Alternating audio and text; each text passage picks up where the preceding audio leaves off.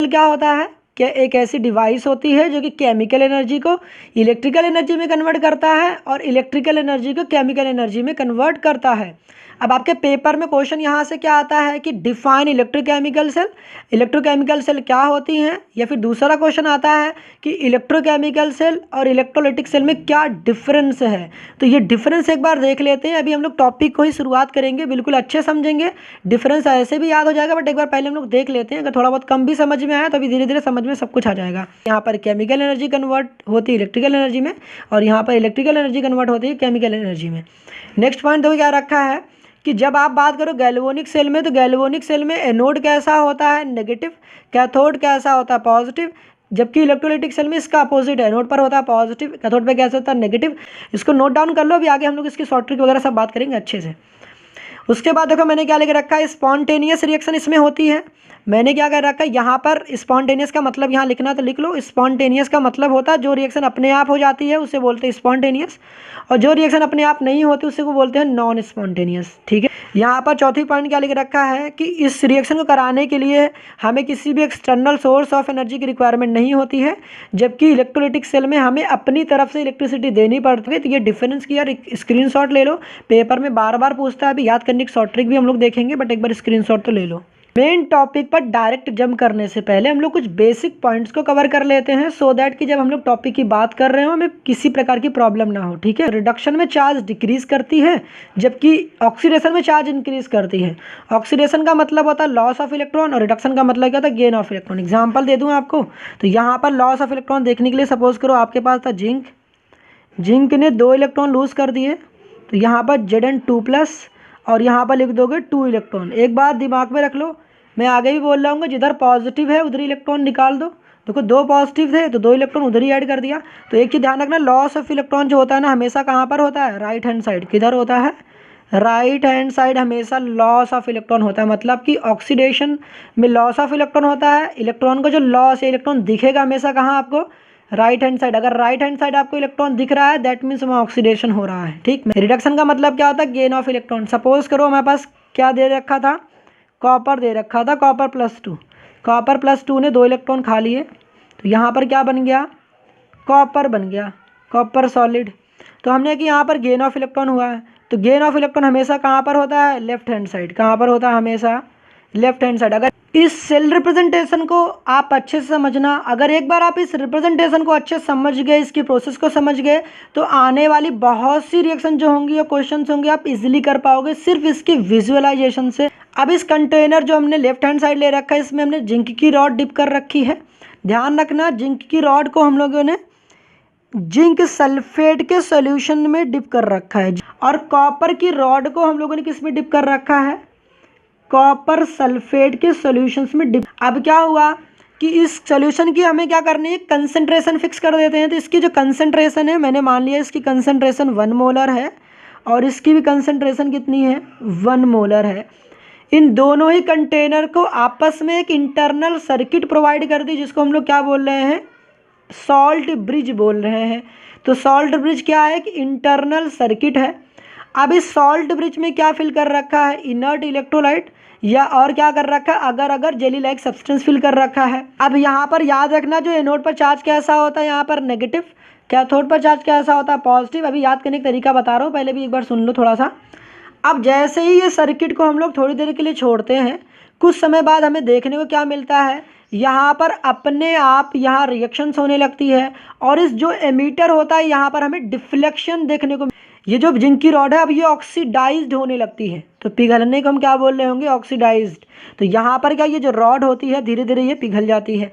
अब इस बीच हुआ क्या, ये जिंक ने अपने इलेक्ट्रॉन छोड़ दिए। क्या करे इस जिंक ने अपने इलेक्ट्रॉन छोड़ दिए, किस में कन्वर्ट हो गया, Zn2+ में, और किस में कन्वर्ट हो गया, +2 इलेक्ट्रॉन में। ये जो 2 इलेक्ट्रॉन थे इसके, ये 2 इलेक्ट्रॉन यहाँ पर जाने लगते हैं। कहाँ पर, ये जो दोनों इलेक्ट्रॉन थे कहाँ पर जाने लगे भाई, ये दोनों इलेक्ट्रॉन जाने लगे इधर, ऐसे इस तरफ। अभी ये जो जिंक 2+ था, ये ऑक्सीडाइज Zn2+ था, ये धीरे धीरे किस में आने लगता है, ये जो Zn2+ है किसके आने लगता है, ये सॉल्यूशंस में आ जाता है Zn+2। कि ये जो 2 इलेक्ट्रॉन है जब इधर जा रहे होंगे तो क्या होगा, होता क्या है, सॉल्यूशन के अंदर देखो कॉपर सल्फेट ले रखा है, तो कॉपर सल्फेट जो होता है आयन में कैसे टूटता है, कॉपर 2+ में, और इसके अंदर सोल्यूशन में क्या होगा, SO4 2 माइनस होगा कि नहीं होगा, बिल्कुल होगा। जैसे यहाँ पर नेगेटिव चार्ज ज़्यादा हो जाते हैं, मतलब 2 इलेक्ट्रॉन आ रहे थे, यहाँ पर जैसे नेगेटिव चार्ज ज़्यादा हो जाएंगे तो यहाँ पर इसके ऊपर डिपॉजिट होने लगता है, मतलब कि यहाँ पर कॉपर जो होता है इस तरीके से डिपॉजिट होने लगता है। तो हमें यहाँ पर क्या मिल जाती है, एक लेयर मिल जाती है ब्राउन कलर की। तो होता क्या, ये जो कॉपर +2 है, देखो ये जो कॉपर +2 है ना, इसने 2 इलेक्ट्रॉन ले लिए, किससे लिए, जो 2 इलेक्ट्रॉन जिंक ने छोड़े थे, तो 2 इलेक्ट्रॉन तो ले लिया, तो किस में कन्वर्ट हो गया, ये कन्वर्ट हो गया कॉपर सॉलिड में, जो कि कहाँ पर मिलेगा, ये रॉड पर मिलेगा। कहाँ पर मिलेगा भाई, ये कॉपर सॉलिड कहाँ पर चिपक गया, रॉड पर। ये 2 इलेक्ट्रॉन किसके थे, तो ये 2 इलेक्ट्रॉन थे किसके, कह दोगे जिंक के थे। किसके थे, 2 इलेक्ट्रॉन किसके थे, जिंक के थे। ये कॉपर 2+ कहाँ से आया था, तो कह दोगे सोल्यूशन में से था। कहाँ से, सोल्यूशन से क्या आया था भाई, कॉपर 2+। तो कॉपर 2+ सोल्यूशन से जो आता है वो 2 इलेक्ट्रॉन जिंक के ले लेता है, क्या बन जाता है, कॉपर में रिड्यूस हो जाता है। सेम काम यहाँ पर क्या हो रखा, देखो जिंक था, जिंक कौन सा था, ये रॉड वाला, कौन सा वाला, रॉड का जिंक था। रॉड का जो जिंक होता है क्या हो जाता है, ऑक्सीडाइज हो जाता है। ये तो सॉलिड था ना रॉड, देखो रॉड सॉलिड ही होता है ना भाई रॉड, तो क्या हो जाता है, ये ऑक्सीडाइज हो जाता है। तो किसमें कन्वर्ट हो जाता है, Zn2+ में। ये Zn2+ कहाँ दिखता है आपको, तो ये कहोगे सोल्यूशन में दिखता है, तो यहाँ पर लिख दोगे एक्वस, प्लस 2 इलेक्ट्रॉन को ये छोड़ देता है, रिलीज कर देता है। तो यहाँ पर आपने ध्यान से कुछ ऑब्जर्व करा कि यहाँ पर 2 इलेक्ट्रॉन जिसने छोड़े थे, वो 2 इलेक्ट्रॉन कहाँ पर किसने ले लिए, ये 2 इलेक्ट्रॉन ले लिए कॉपर ने। तो यहाँ पर देखो जिंक पे कोई चार्ज दिखाई दे रहा है आपको, कोई चार्ज नहीं दिख रहा। अगर आपको कोई चार्ज नहीं दिख रहा दैट मीन्स इस पर चार्ज कैसा है, 0। 0 से किस में कन्वर्ट हो गया, +2 में। आप देख पा रहे हो, अभी मैंने स्टार्टिंग बताया कि 0 से +2 में गया, दैट मीन्स यहाँ पर हुआ ऑक्सीडेशन। इस वाले कंटेनर में हो रखा है ऑक्सीडेशन। यहाँ देखो कॉपर +2 में था, +2 से किस में चला गया, 0। 2 से 0 में गया, चार्ज डिक्रीज कर गया ना, घट गया। तो यहाँ पर क्या, चार्ज का डिक्रीज करना क्या कहलाता है, रिडक्शन। तो यहाँ पर हुआ रिडक्शन। कि जब आपको पता है कि सोल्यूशन में धीरे धीरे जिंक प्लस बहुत ज़्यादा हो जाएंगे, अब अगर सोल्यूशन के अंदर जिंक 2+ बहुत ज़्यादा हो जाएंगे तो इसको बैलेंस करने के लिए तो कोई तो चाहिए ही होगा। तो कौन आएगा बताओ, अट्रैक्शन किसके किसके बीच में होता है, पॉजिटिव नेगेटिव में ना। तो यहाँ नेगेटिव कौन है, Cl-। तो यहाँ 2 पॉजिटिव है, तो यहाँ से ये जो सॉल्ट ब्रिज होता है वो 2 क्या कर देता है, Cl- को यहाँ पर भेज देता है। कि +2 और -2 की वजह से क्या हो जाता है, यहाँ पर नेट चार्ज कितना हो जाता है, 0। सोल्यूशन की न्यूट्रलिटी मेंटेन रहती है, न्यूट्रल हो जाता है, क्योंकि +2 -2 0 हो जाएंगे। अब यहाँ पर समझो कॉपर के यहाँ पर देखो क्योंकि कॉपर तो यहाँ चिपक गया, तो बताओ ज़्यादा क्या हो गया, यहाँ पर सल्फेट आयन ज़्यादा हो जाएंगे। अगर सल्फेट आयन ज़्यादा हो जाएंगे तो बताओ ये जो हमारे पास सॉल्ट ब्रिज था, सॉल्ट ब्रिज क्या भेजेगा, तो नेगेटिव ज़्यादा हो गए। अगर नेगेटिव ज़्यादा हो गए तो पॉजिटिव को भेजेगा, क्योंकि 2 नेगेटिव है, 2 नेगेटिव का मतलब ये 2 पॉजिटिव भेज देगा। और जैसे ये 2 पॉजिटिव भेज देगा तो 2+ और 2- क्या बन जाएंगे, यहाँ पर न्यूट्रल बन जाएगा। तो दैट मीन्स सॉल्ट ब्रिज का फंक्शन क्या है, सॉल्यूशंस के इलेक्ट्रिकल न्यूट्रलिटी को मेंटेन करना। बात समझ में आ गई। यहाँ पर आपने ध्यान से ऑब्जर्व करा कि मास ऑफ जिंक रॉड क्या कर जाती है, डिक्रीज कर जाती है। क्या कर जाती है, डिक्रीज कर जाती है। कि यहाँ पर मास ऑफ कॉपर रॉड, कौन सी, कॉपर रॉड क्या कर गई, इंक्रीज कर गई। कैसी कर गई भाई, इंक्रीज कर गई। क्योंकि तो as a result of which क्या होता है कि जो सॉल्यूशंस के अंदर सल्फेट आयन की कंसंट्रेशन क्या कर जाती है, इंक्रीज कर जाती है। तो यहाँ लिखना तो लिख लो, concentration of sulphate ion SO4 2- क्या कर जाती है, इंक्रीज कर जाती है। अब यहाँ से हम लोगों ने क्या सीखा कि जो इलेक्ट्रॉन का जो फ्लो हो रहा है वो जिंक रॉड से कॉपर रॉड की तरफ हो रहा है, जबकि जो करंट का फ्लो हो रहा है वो कॉपर रॉड से जिंक रॉड की तरफ हो रहा है। या फिर हम दूसरे शब्दों में बोल सकते हैं इलेक्ट्रॉन का जो फ्लो हो रहा है फ्रॉम एनोड टू कैथोड हो रहा है, और जो करंट का जो फ्लो हो रहा है वो कैथोड से एनोड की तरफ हो रहा है। इस पॉइंट को भी मैं यहाँ पर लिख दे रहा हूँ। अब इस पेज की स्क्रीनशॉट लेना चाहते हो तो ले लो, क्योंकि आगे के क्वेश्चन हम लोग इसी पर बेस्ड कर रहे होंगे। ठीक है, अभी जो हम लोगों ने इतनी लंबी चौड़ी कहानी पढ़ रखी है ना, उसी का शॉर्ट रिप्रेजेंटेशन हमें पेपर में करना पड़ता है। ठीक है, अब देखो हम लोगों ने अभी क्या देखा था कि जो एनोड रॉड थी उसमें जो जिंक था, सॉलिड था, वो जिंक 2+ में ऑक्सीडाइज्ड हो गया था, Zn2+ में कन्वर्ट हो रखा था, 2 इलेक्ट्रॉन का लूज करा था। कॉपर 2+ ने जो इलेक्ट्रॉन 2 लूज करे थे उसी को गेन कर लिया था। अब क्या बन गया था, कॉपर सॉलिड बन गया था। हमने क्या देखा यहाँ पर, हमें इसकी लिखनी होती net cell reaction. Net cell reaction के लिए करते क्या है, जो ये एनोड वाली रिएक्शंस होती है, कैथोड वाली रिएक्शन, दोनों को ऐड कर देते हैं और दोनों को इस तरीके से ऐड कर रहे होते हैं कि इलेक्ट्रॉन्स कैंसिल आउट हो जाए। तो यहाँ पर तो इलेक्ट्रॉन सेम सेम है तो ऐसे ही कट जाएंगे, लेफ्ट की तरफ लेफ्ट वाली चीज़ें ऐड करोगे और राइट की तरफ राइट वाली चीज़ें ऐड करोगे, मतलब कि नेट सेल रिएक्शन में इनको ऐड कर दो। तो यहाँ पर हो जाएगा zinc solid plus copper 2+, convert किस में हो जाएगा भाई, यहाँ पर हो जाएगा Zn2+, एक्वस लेंगे तो लिख सकते हो, प्लस यहाँ पर क्या हो जाएगा कॉपर सॉलिड। बात समझ में आ गई। तो यहाँ पर हम लोगों ने इस तरीके से इसकी नेट सेल रिएक्शन लिख रखी है। ये दोनों इलेक्ट्रॉन आपस में कैंसिल आउट हो जाते हैं तो इसको दिखाया नहीं जाता, ध्यान रखना। नेट सेल रिएक्शंस में किसी भी प्रकार के इलेक्ट्रॉन बिल्कुल दिखाई नहीं देते हैं। तो लेकिन अगर हम चाहते हैं, क्या चाहते हैं कि ये जो इतनी लंबी रिप्रेजेंटेशन करी थी इसको हम छोटा रिप्रेजेंटेशन करना चाहते हैं, तो कैसे करेंगे इस चीज़ को हम लोग यहाँ देखते हैं। हम लोगों ने देखा था ना कि यहाँ पर हमारे पास एनोड था, ये कैथोड था। एनोड और कैथोड को आपस में कनेक्ट करा गया था इंटरनली सॉल्ट ब्रिज के थ्रू। तो यहाँ पर जो सॉल्ट ब्रिज होता है उसको हम लोग डबल डंडा से दिखाते हैं।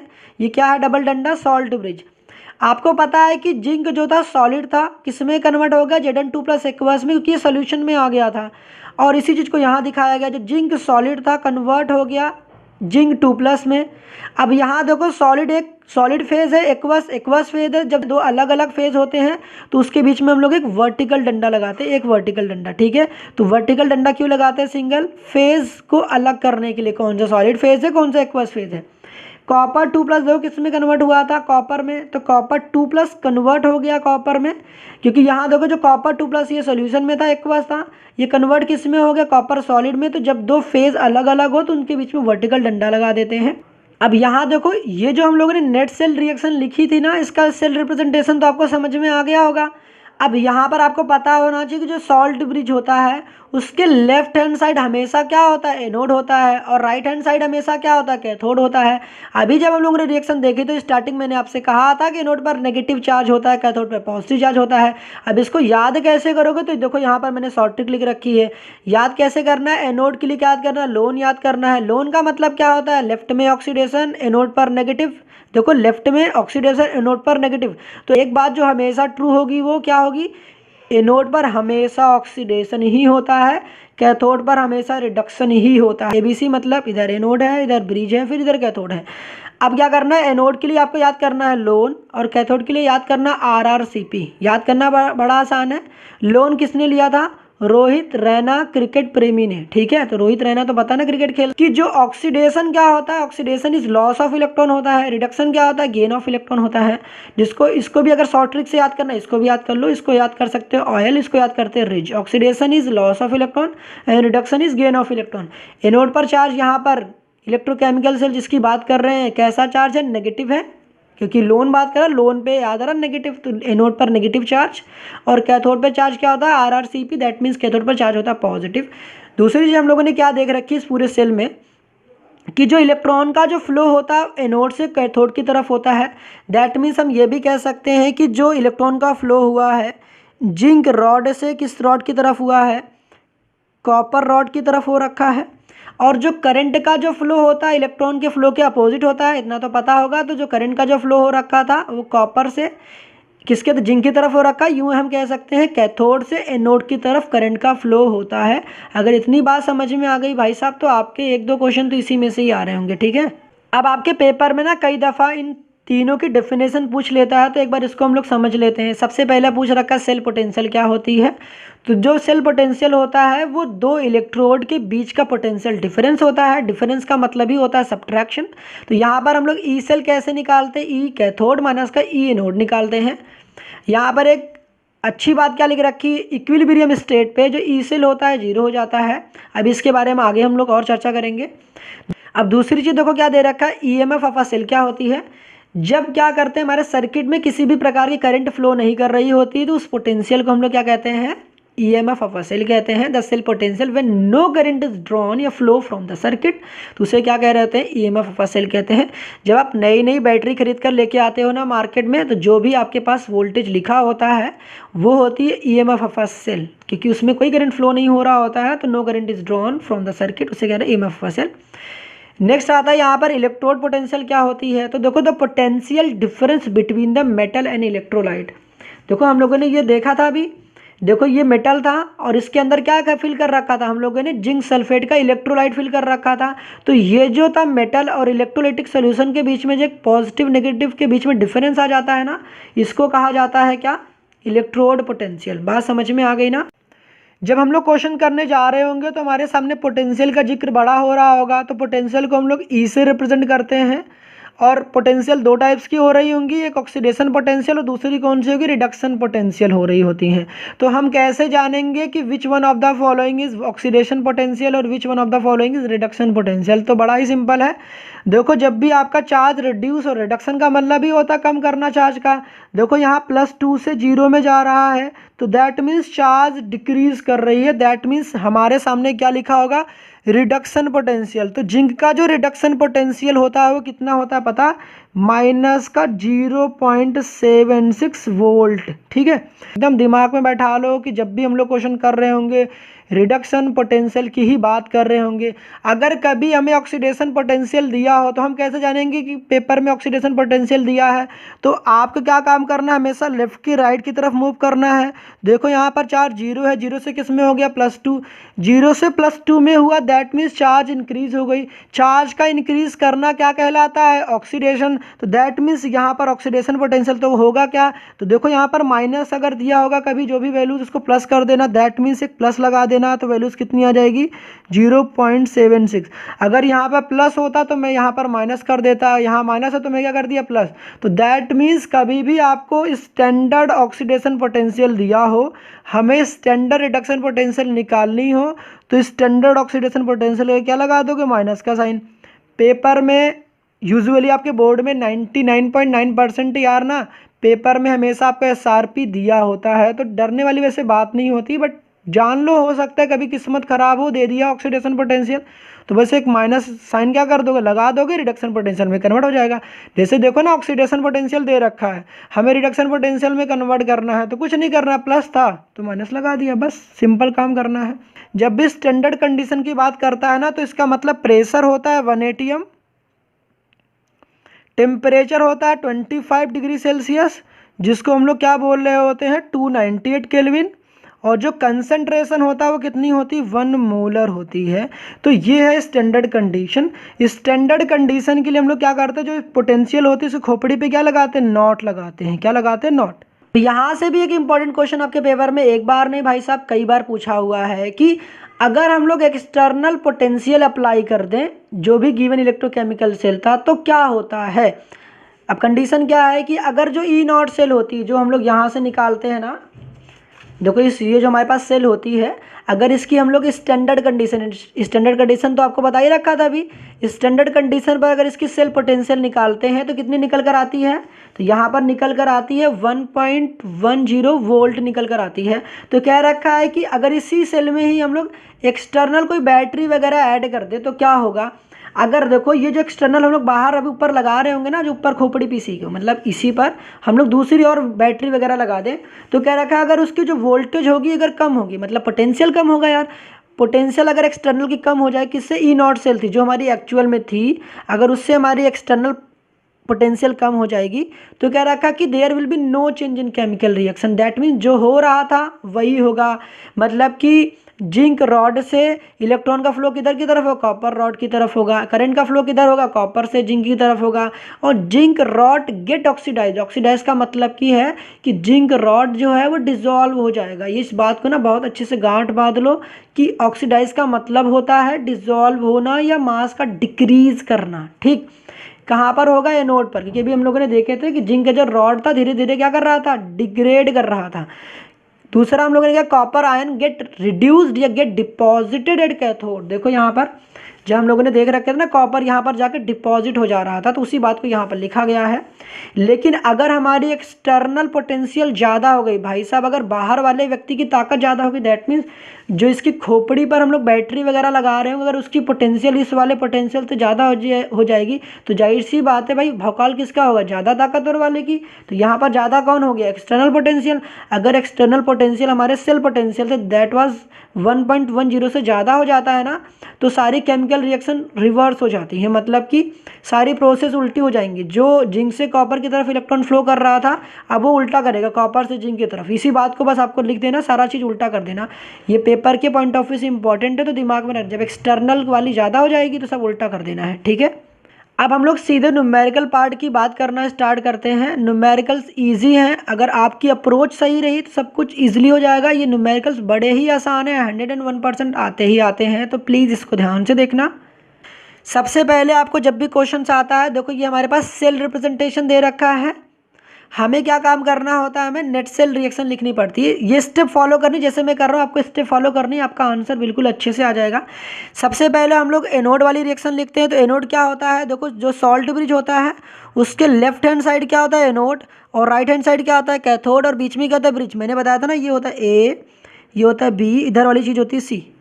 तो क्या काम करना है, एनोड पर हमें क्या होता है ऑक्सीडेशन। तो पहले लिखा गया क्रोमियम किस्म कन्वर्ट किस में हो रहा है, क्रोमियम+3 में।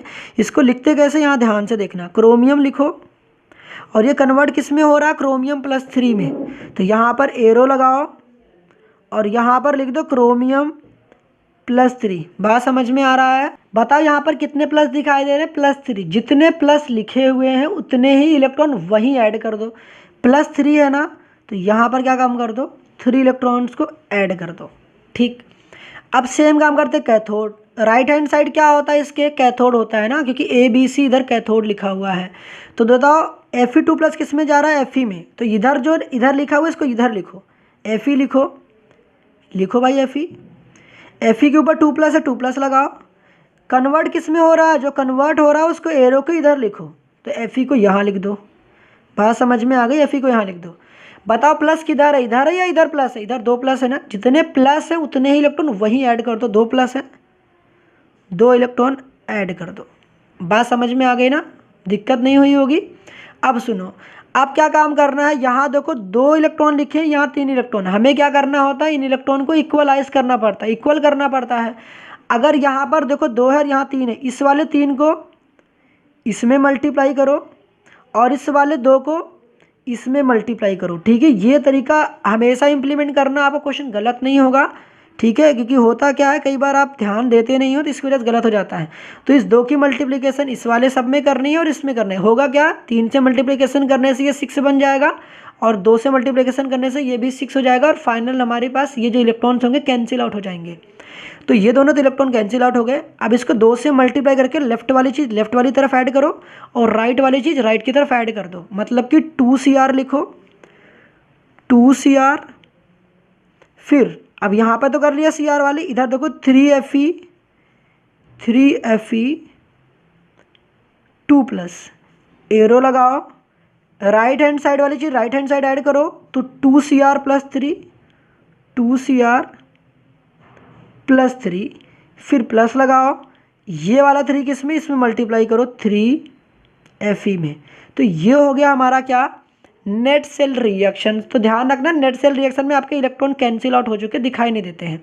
सुनो, ये जो हम लोगों ने रिएक्शन लिखी है, बैलेंसिंग करने के बाद फाइनल कितने इलेक्ट्रॉन का लूज एंड गेन हो रखा था, तो टोटल 6 इलेक्ट्रॉन का लॉस हो रखा है।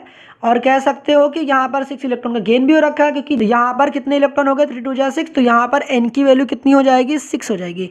तो कोई पूछता है n क्या होता है, तो नंबर ऑफ इलेक्ट्रॉन ट्रांसफर्ड बोल दो, या नंबर ऑफ इलेक्ट्रॉन एक्सचेंज बोल दो, या फिर यूँ कह दो कि एनोड या कैथोड में कितने नंबर ऑफ इलेक्ट्रॉन्स का एक्सचेंज हो रखा था। अब बात आता है ई नॉट सेल कैसे निकालते हैं। यूजुअली ई नॉट सेल हम लोग निकालते हैं कैसे, ई नॉट कैथोड माइनस का ई नॉट एनोड करते हैं। कैथोड कहाँ लिखा होता है, इधर, एनोड कहाँ लिखा होता है, इधर। तो यहाँ देखो हमें फिलहाल इस वाले क्वेश्चन में ई नॉट सेल की वैल्यूज गिवन है, तो ई नॉट सेल की वैल्यू दे रखी है, तो दिक्कत वाली बात ही नहीं है, 0.30 वोल्ट। अब उसके बाद का स्टेप क्या होता है, हमें निकालना है कैलकुलेट द ईएमएफ। ईएमएफ का मतलब ही हो जाता है ई सेल। ई सेल का मतलब क्या होता है, ईएमएफ, ठीक। तो इस ई सेल इक्वल टू क्या होता है, ये फॉर्मूला याद कर लो बस, आराम से क्वेश्चन हो जाएगा। ई सेल इक्वल टू क्या होता है, ई नॉट सेल माइनस का 0.059 अपॉन का एन, ये एन क्या है, ये वाली वैल्यूज, लॉग AP अपॉन का CR, AP की पावर x और CR की पावर y। ये क्या है अभी समझ में आ जाएगा। A का मतलब है एनोड, C का मतलब कैथोड, P का मतलब प्रोडक्ट, R का मतलब रिएक्टेंट। अब इसको समझोगे बड़े आसानी समझ में आएगा, ध्यान से सुनो। हम लोग हमेशा पढ़ेंगे ऐसे, मतलब कि AP लिखा है ना, AP अपॉन का CR, तो कई बार क्वेश्चन को हम लोग कर रहे होंगे प्रोडक्ट अपॉन रिएक्टेंट करके, और कई बार क्वेश्चन कर रहे होंगे एनोड अपॉन कैथोड करके। हमें क्या काम करना है यहाँ पर, एनोड और कैथोड पहचानना है या फिर प्रोडक्ट अपॉन रिएक्टेंट पहचानना है। तो जब भी आप क्वेश्चन कर रहे होगे ना, तो एक चीज़ हैबिट अभी से बना लो कि जो भी मेरे पास सॉलिड वाला पार्ट रहेगा, जहाँ पे सॉलिड सॉलिड लिखा हुआ है, उनको आप फाइनल रिएक्शन से ना उड़ा दो। मतलब कि देखो ये भी सॉलिड था क्वेश्चन में, ये भी सॉलिड था, तो आपको सॉलिड वाला चीज़ उड़ा देनी है, सॉलिड वाली चीज़ हमेशा भूल जाओ। आपको ये तो पता है ना कि ये जो एरो होता है, इसकी इधर वाली चीज़ हमेशा क्या होती है, रिएक्टेंट होता है, और एरो के राइट हैंड साइड जो चीज़ होती है उसे हम लोग प्रोडक्ट बोल रहे होते हैं। अगर आपको यहाँ बार बार देखने में दिक्कत हो रही तो एक काम करना, कभी भी आप नेट सेल रिएक्शन लिख लेना और सॉलिड वाले पार्ट को उड़ा देना, सॉलिड वाले पार्ट को उड़ा देना। अब आप देखो क्वेश्चन में पढ़ना है ये वाला P अपॉन का R, P अपॉन R का मतलब प्रोडक्ट अपॉन रिएक्टेंट। तो प्रोडक्ट कौन है मेरा, CR, तो CR का कंसंट्रेशन चेक करना, CR कहाँ लिखा गया, यहाँ पर देखो 0.1 लिख दिया, उसके आगे जो भी नंबर लिखा होगा उसको खोपड़ी पर चढ़ा देना, फिर बोलना रिएक्टेंट, रिएक्टेंट कहाँ लिखा गया है, देखो एरो किधर की तरफ, तो ये होती है रिएक्टेंट। तो रिएक्टेंट कैसे जानोगे, तो रिएक्टेंट मतलब Fe कंसंट्रेशन कहाँ लिखा, देखो इधर लिखा हुआ है Fe2+ का, तो 0.01। इसके आगे कोई कोएफिशिएंट लिखा हुआ था, जी हाँ 3 लिखा गया था, तो यहाँ पर 3 लिख देंगे। अब इसके बाद सॉल्व करना, एन की वैल्यू कितनी आ रखी थी 6, तो यहाँ पर हम लोग कितना रख देंगे, 6 रख देंगे। अब इसको आप सॉल्व कैसे करोगे, इसको मैं यहाँ पर थोड़ा बहुत बता देता हूँ, नहीं तो 0.1 की होल पावर 2 लिखी, दैट मीन्स 0.1 की होल पावर 2 को मैंने यहाँ अलग से कर रखा है। पॉइंट के बाद सिर्फ एक डिजिट था, इसीलिए यहाँ पर एक जीरो आया, 1/10 आया। डेसिमल के बाद याद हो 2 डिजिट थे, तो यहाँ पर कितने थे, 1/100 है, 2 जीरो आ गए। अब आपको पता है ना 1 का स्क्वायर 1 ही होता है, तो यहाँ पर 1 अपॉन कितना हो जाएगा, 10 की पावर 2 हो जाएगा। आपको पता है यहाँ 10 की पावर कितनी, 2 है, तो 2 3 जा 6 हो जाएगा, तो यहाँ पर 1/10 की पावर कितनी हो जाएगी, 6 हो जाएगी। अगर आप इसको ऊपर लेके जाओगे तो यहाँ पर आ जाएगा 10 की पावर -2, और इसको ऊपर लेके जाओगे तो 10 की पावर -6 हो जाएगा। तो यहाँ पर बस मैं यहाँ लिख देता हूँ इसको। तो अब आपने बचपन में एक रूल पढ़ा होगा, ए की पावर m हो और ए की पावर n हो, तो क्या हो जाता है, ए की पावर m-n हो जाता है, मतलब नीचे वाले का साइन चेंज हो जाता है। देखो यहाँ प्लस का था तो माइनस हो गया, तो यहाँ पर जब करोगे तो 10-2 प्लस का 6 कर दोगे, तो यहाँ पर आ जाएगा 10 की पावर 4 आ जाएगा। तो यहाँ मैं लिख दे रहा हूँ इसको। तो इसको सॉल्व कर लो, देखो ये जो कट पिट जाएगा तो कितना आ जाएगा बताओ, 0.01, तो यहाँ पर आ जाएगा 0.30 माइनस का 0.01, लॉग में कितना आ जाएगा बताओ, 10 की पावर 4 आ जाएगा, 10 की पावर 4। अब 4 को नीचे गिरा दो, कि लॉग की प्रॉपर्टी होती है ना भाई, लॉग m की पावर जो n होता है वो कितना होता है, n log m हो जाता है। जो सिर पे चढ़े होते हैं लोग उनको गिरा देता है ये, तो ये 4 आगे आ जाएगा। log 10 की वैल्यू कितनी होती है, log 10 की वैल्यू होती है 1, तो यहाँ पर क्या हो जाएगा देखो 0.30 माइनस का 0.04 हो जाएगा, क्योंकि इसके साथ मल्टीप्लाई हो जाएगी, और यहाँ पर कितना हो जाएगा 1, तो 0.30 में से आप 0.04 सब्ट्रैक्ट कर लो। फिर से यार सेम प्रोसेस को फॉलो करेंगे। देखो एनोड लिखा हुआ है ना, एनोड मतलब क्या होता है, देखो जो ये सॉल्ट ब्रिज है इसके लेफ्ट हैंड साइड क्या होती है ए, और राइट हैंड साइड क्या होती है सी, और बीच में क्या है, ये ब्रिज है।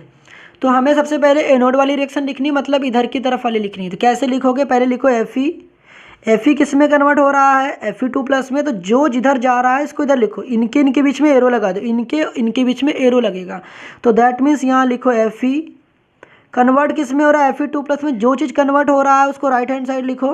तो यहाँ लिख दिया तुमने Fe2+। मैंने कहा था ना कितने प्लस है, 2 प्लस है, तो उधर ही 2 इलेक्ट्रॉन लिख दो, 2 इलेक्ट्रॉन लिख दो, ठीक है। अब सुनो कैथोड वाली रिएक्शन देखो, यहाँ पर कैथोड में क्या हो रहा है, H+ कन्वर्ट किस में हो रहा है, H2 में, तो लिखो H+ यहीं लिखो इधर ही, और किस में किस में रहा है, जा रहा है भाई H2 में, तो जो चीज़ जा रहा है उसके लिए पहले एरो लगाओ, किस में जा रहा है, H2 में जा रहा है, तो यहाँ लिखोगे H2। अब बताओ कितने प्लस है, 1 प्लस है ना, तो यहाँ पर 1 इलेक्ट्रॉन यहाँ लिख दो। बात समझ में आ गई। अब मैंने आपको एक बात बताई कि यहाँ पर जिसका मालिक कोई नहीं उसका मालिक 1, तो दैट मीन्स कि आपको इसमें 1 लिखा हुआ है तो ये 1 इसमें मल्टीप्लाई करनी है, और यहाँ 2 लिखा गया तो ये वाली 2 यहाँ मल्टीप्लाई करनी है। बात समझ में आ गई।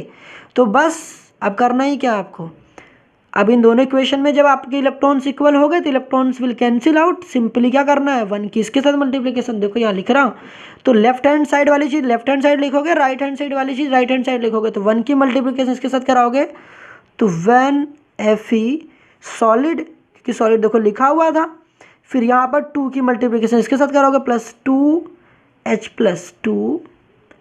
लिखोगे। फिर इलेक्ट्रॉन कैंसिल आउट हो चुके हैं क्योंकि हम लोगों ने इसी वजह से 2 से और इसको 1 से मल्टीप्लाई करा था।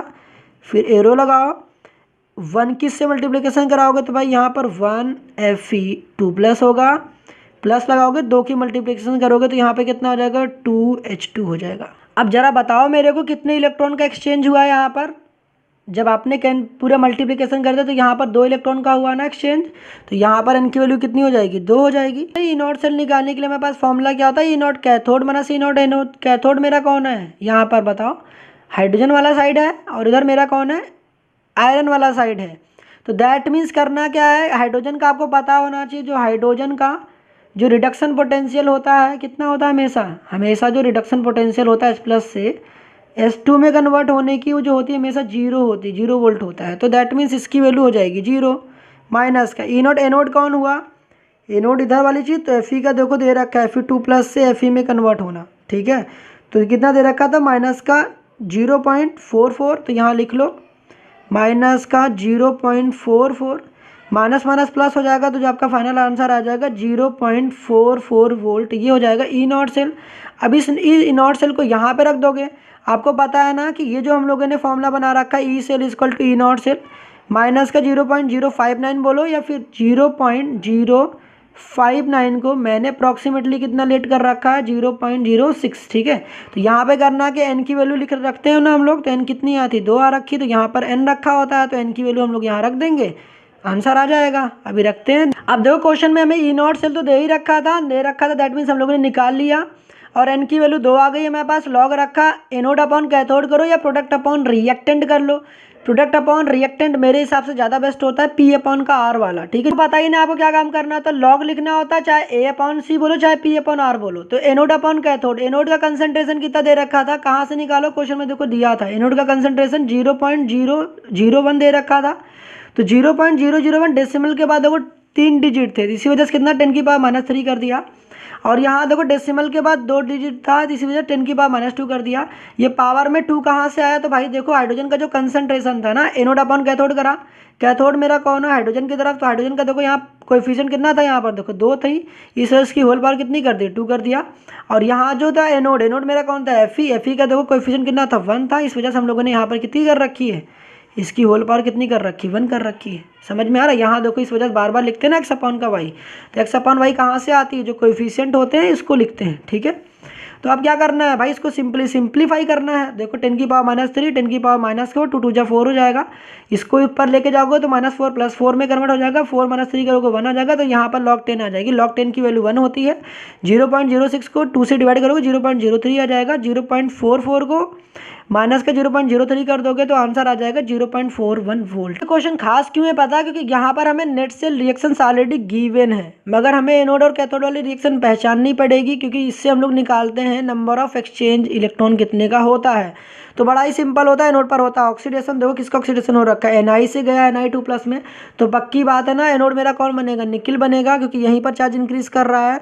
तो यहाँ पर लिखो Na किस में कन्वर्ट हुआ, यहाँ कन्वर्ट हो रहा है Na2+ में।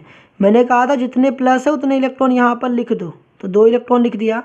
उसके बाद वो क्या कर रखा है Ag+ किस में कन्वर्ट हो रहा है Ag में, तो यहाँ पर Ag जो प्लस है वो कन्वर्ट हो रहा है Ag में, ठीक है, Ag में कन्वर्ट हो रहा है। आपको पता है 1 प्लस है तो 1 इलेक्ट्रॉन खिला देना है। अल्टीमेटली हमें पता है इसको मल्टीप्लाई किससे करनी पड़ेगी 2 से, तो इसका 2 यहाँ पे मल्टीप्लाई, इसका 1 यहाँ से मल्टीप्लाई करनी है।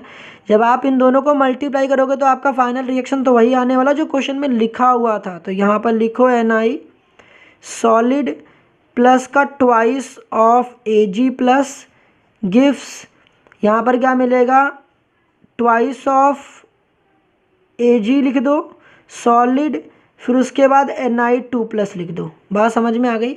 मैंने कहा था n कैसे निकला, n कितने आ गए 2 इलेक्ट्रॉन का एक्सचेंज हुआ तो n की वैल्यू 2 आ गई। ई नॉट सेल निकालने के लिए ई नॉट कैथोड माइनस का ई नॉट एनोड करना पड़ता है, मगर इस क्वेश्चन में हमें ऑलरेडी गिवन है, कितना दे रखा है 1.05 वोल्ट दे रखा है।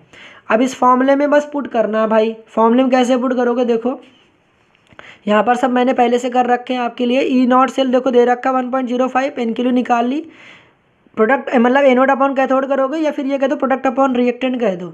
तो जब भी आपको ऐसे नेट सेल रिएक्शन दी होती है ना, तो आप प्रोडक्ट अपॉन रिएक्टेंट कर लिया करो, ज़्यादा बेहतर होता है। सॉलिड वाले पार्ट को हटा दिया करो, सॉलिड वाले पार्ट को हटा दो यहाँ से, ठीक है। आप देखो प्रोडक्ट अपॉन रिएक्टेंट कर लो। प्रोडक्ट मेरा कौन है, Na2+। Na2+ का कंसंट्रेशन चाहिए होता है, कंसंट्रेशन कहाँ लिखा हुआ है 0.160। रिएक्टेंट मेरा क्या होता है, इधर वाली चीज, तो रिएक्टेंट मेरा Ag+ का कंसंट्रेशन कहाँ लिखा है, यहाँ पर। अब यहाँ देखो इसे कोएफिशिएंट कितना था 2, तो इसकी खोपड़ी पर 2 लगा दिया। इसको पूरा सॉल्व कर लिया। देखो यहाँ पर मेरी पूरी सोल्यूशन दे रखी है। यहाँ पर आपको समझ में जरूर आ रहा होगा, अगर नहीं आ रहा होगा तो बता देना मेरे को। पूरी सॉल्यूशन यहाँ पर लिख रखी है। लॉग की प्रॉपर्टीज ध्यान रखना। log m/n कितना होता है, log m+log n होता है। और ये जो 4 खोपड़ी पर है नीचे गिर जाता है, तो log 10 की वैल्यू 1 हो जाती है। ये पूरा सॉल्व करोगे इतना आ जाएगा, और इसको सॉल्व कर लेना इतना है। बाकी अगर आप ISC बोर्ड से हैं तो भाई कैलकुलेटर अलाउड है, तो फिर दिक्कत वाली बात ही नहीं है। तो इस तरीके से हम लोगों ने सॉल्व कर रखा है। अब आपको ये काम करना है। नया फॉर्मूला हम लोग देख रहे होंगे यहाँ पर। एट इक्विलिब्रियम पे क्या होता है, E0 सेल इक्वल टू 0 होता है। ध्यान रखना इक्विलिब्रियम पे डेल्टा जी भी क्या हो जाता है 0। डेल्टा जी क्या है, गिव्स फ्री एनर्जी चेंज होती है।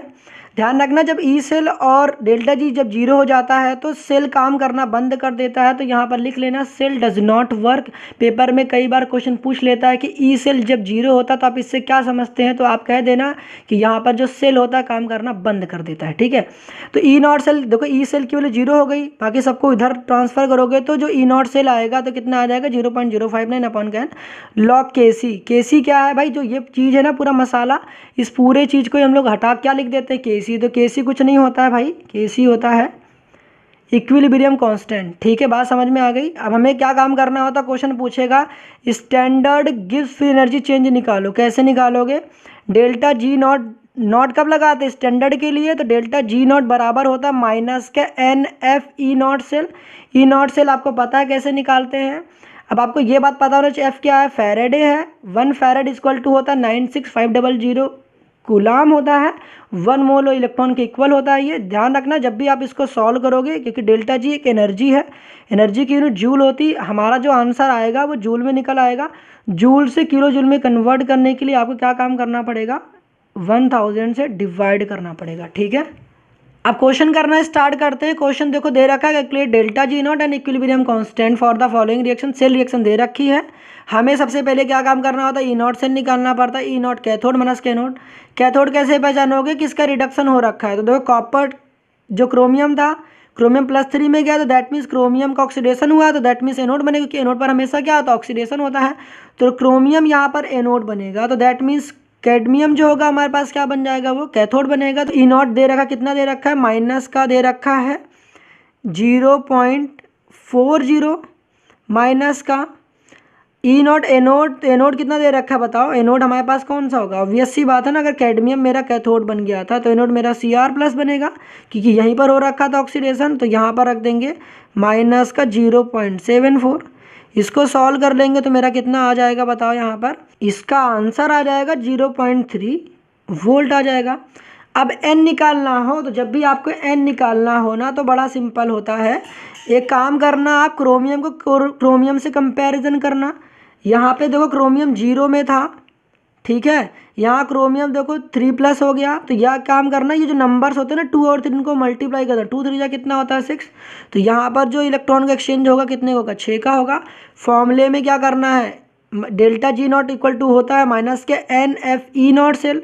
तो हम लोगों ने माइनस का निकालेंगे, n की वैल्यू कितनी आ गई 6, f की वैल्यू कितनी होती है 96500 कूलाम अभी बता रखा था। E0 सेल निकाल ही रखा है 0.34। अगर आप इससे मल्टीप्लाई करोगे तो आपका आंसर आ जाएगा माइनस का 196860, ये आ जाएगा। किस में आ जाएगा, ये जूल में आएगा। अब आपको किलो जूल में कन्वर्ट करना है ना इसको, क्योंकि आपके बुक्स में आंसर यूजुअली किलो जूल में होते हैं। तो किलो जूल में कन्वर्ट करने के लिए क्या करते हैं, डिवाइड बाई 1000 कर दो।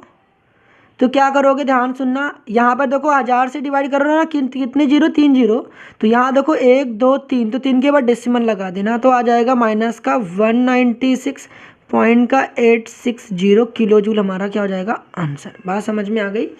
E0 सेल निकालना है तो क्योंकि Kc निकालनी है हमें, देखो बोला है calculate the equilibrium constant that is Kc। Question को ध्यान से पढ़ो, याद है कि Kc निकालनी है। तो Kc निकालने के लिए क्या करेंगे, फॉर्मूला तो बता ही रखा था स्टार्टिंग में। तो E0 सेल की वैल्यू में दे रखी थी 0.34, तो यहाँ निकाल लेंगे 0.34 और यहाँ पर 0.059। एन की वैल्यू कितनी आ रखी थी 6, तो यहाँ 6 लिखो, लॉग लिखो और यहाँ पर केसी लिखो। अब यहाँ पर एक चीज़ बताता हूँ आपको, 0.34 इंटू का 6 अपॉन में कितना आ जाएगा 0.059 इक्वल टू आ जाएगा लॉग केसी। अब यहाँ पर एक खास बात क्या, पेपर में देखो कैलकुलेशन हमें पता है बहुत सारे बच्चे सॉल्व नहीं कर पाते। अगर आप आईएससी बोर्ड से तो कैलकुलेटर तो वैसे भी अलाउड होता है। सिंपली लॉग को हटा के यहाँ एंटी लॉग लिख लेना, मतलब कि इसको लिख लेना एंटी लॉग।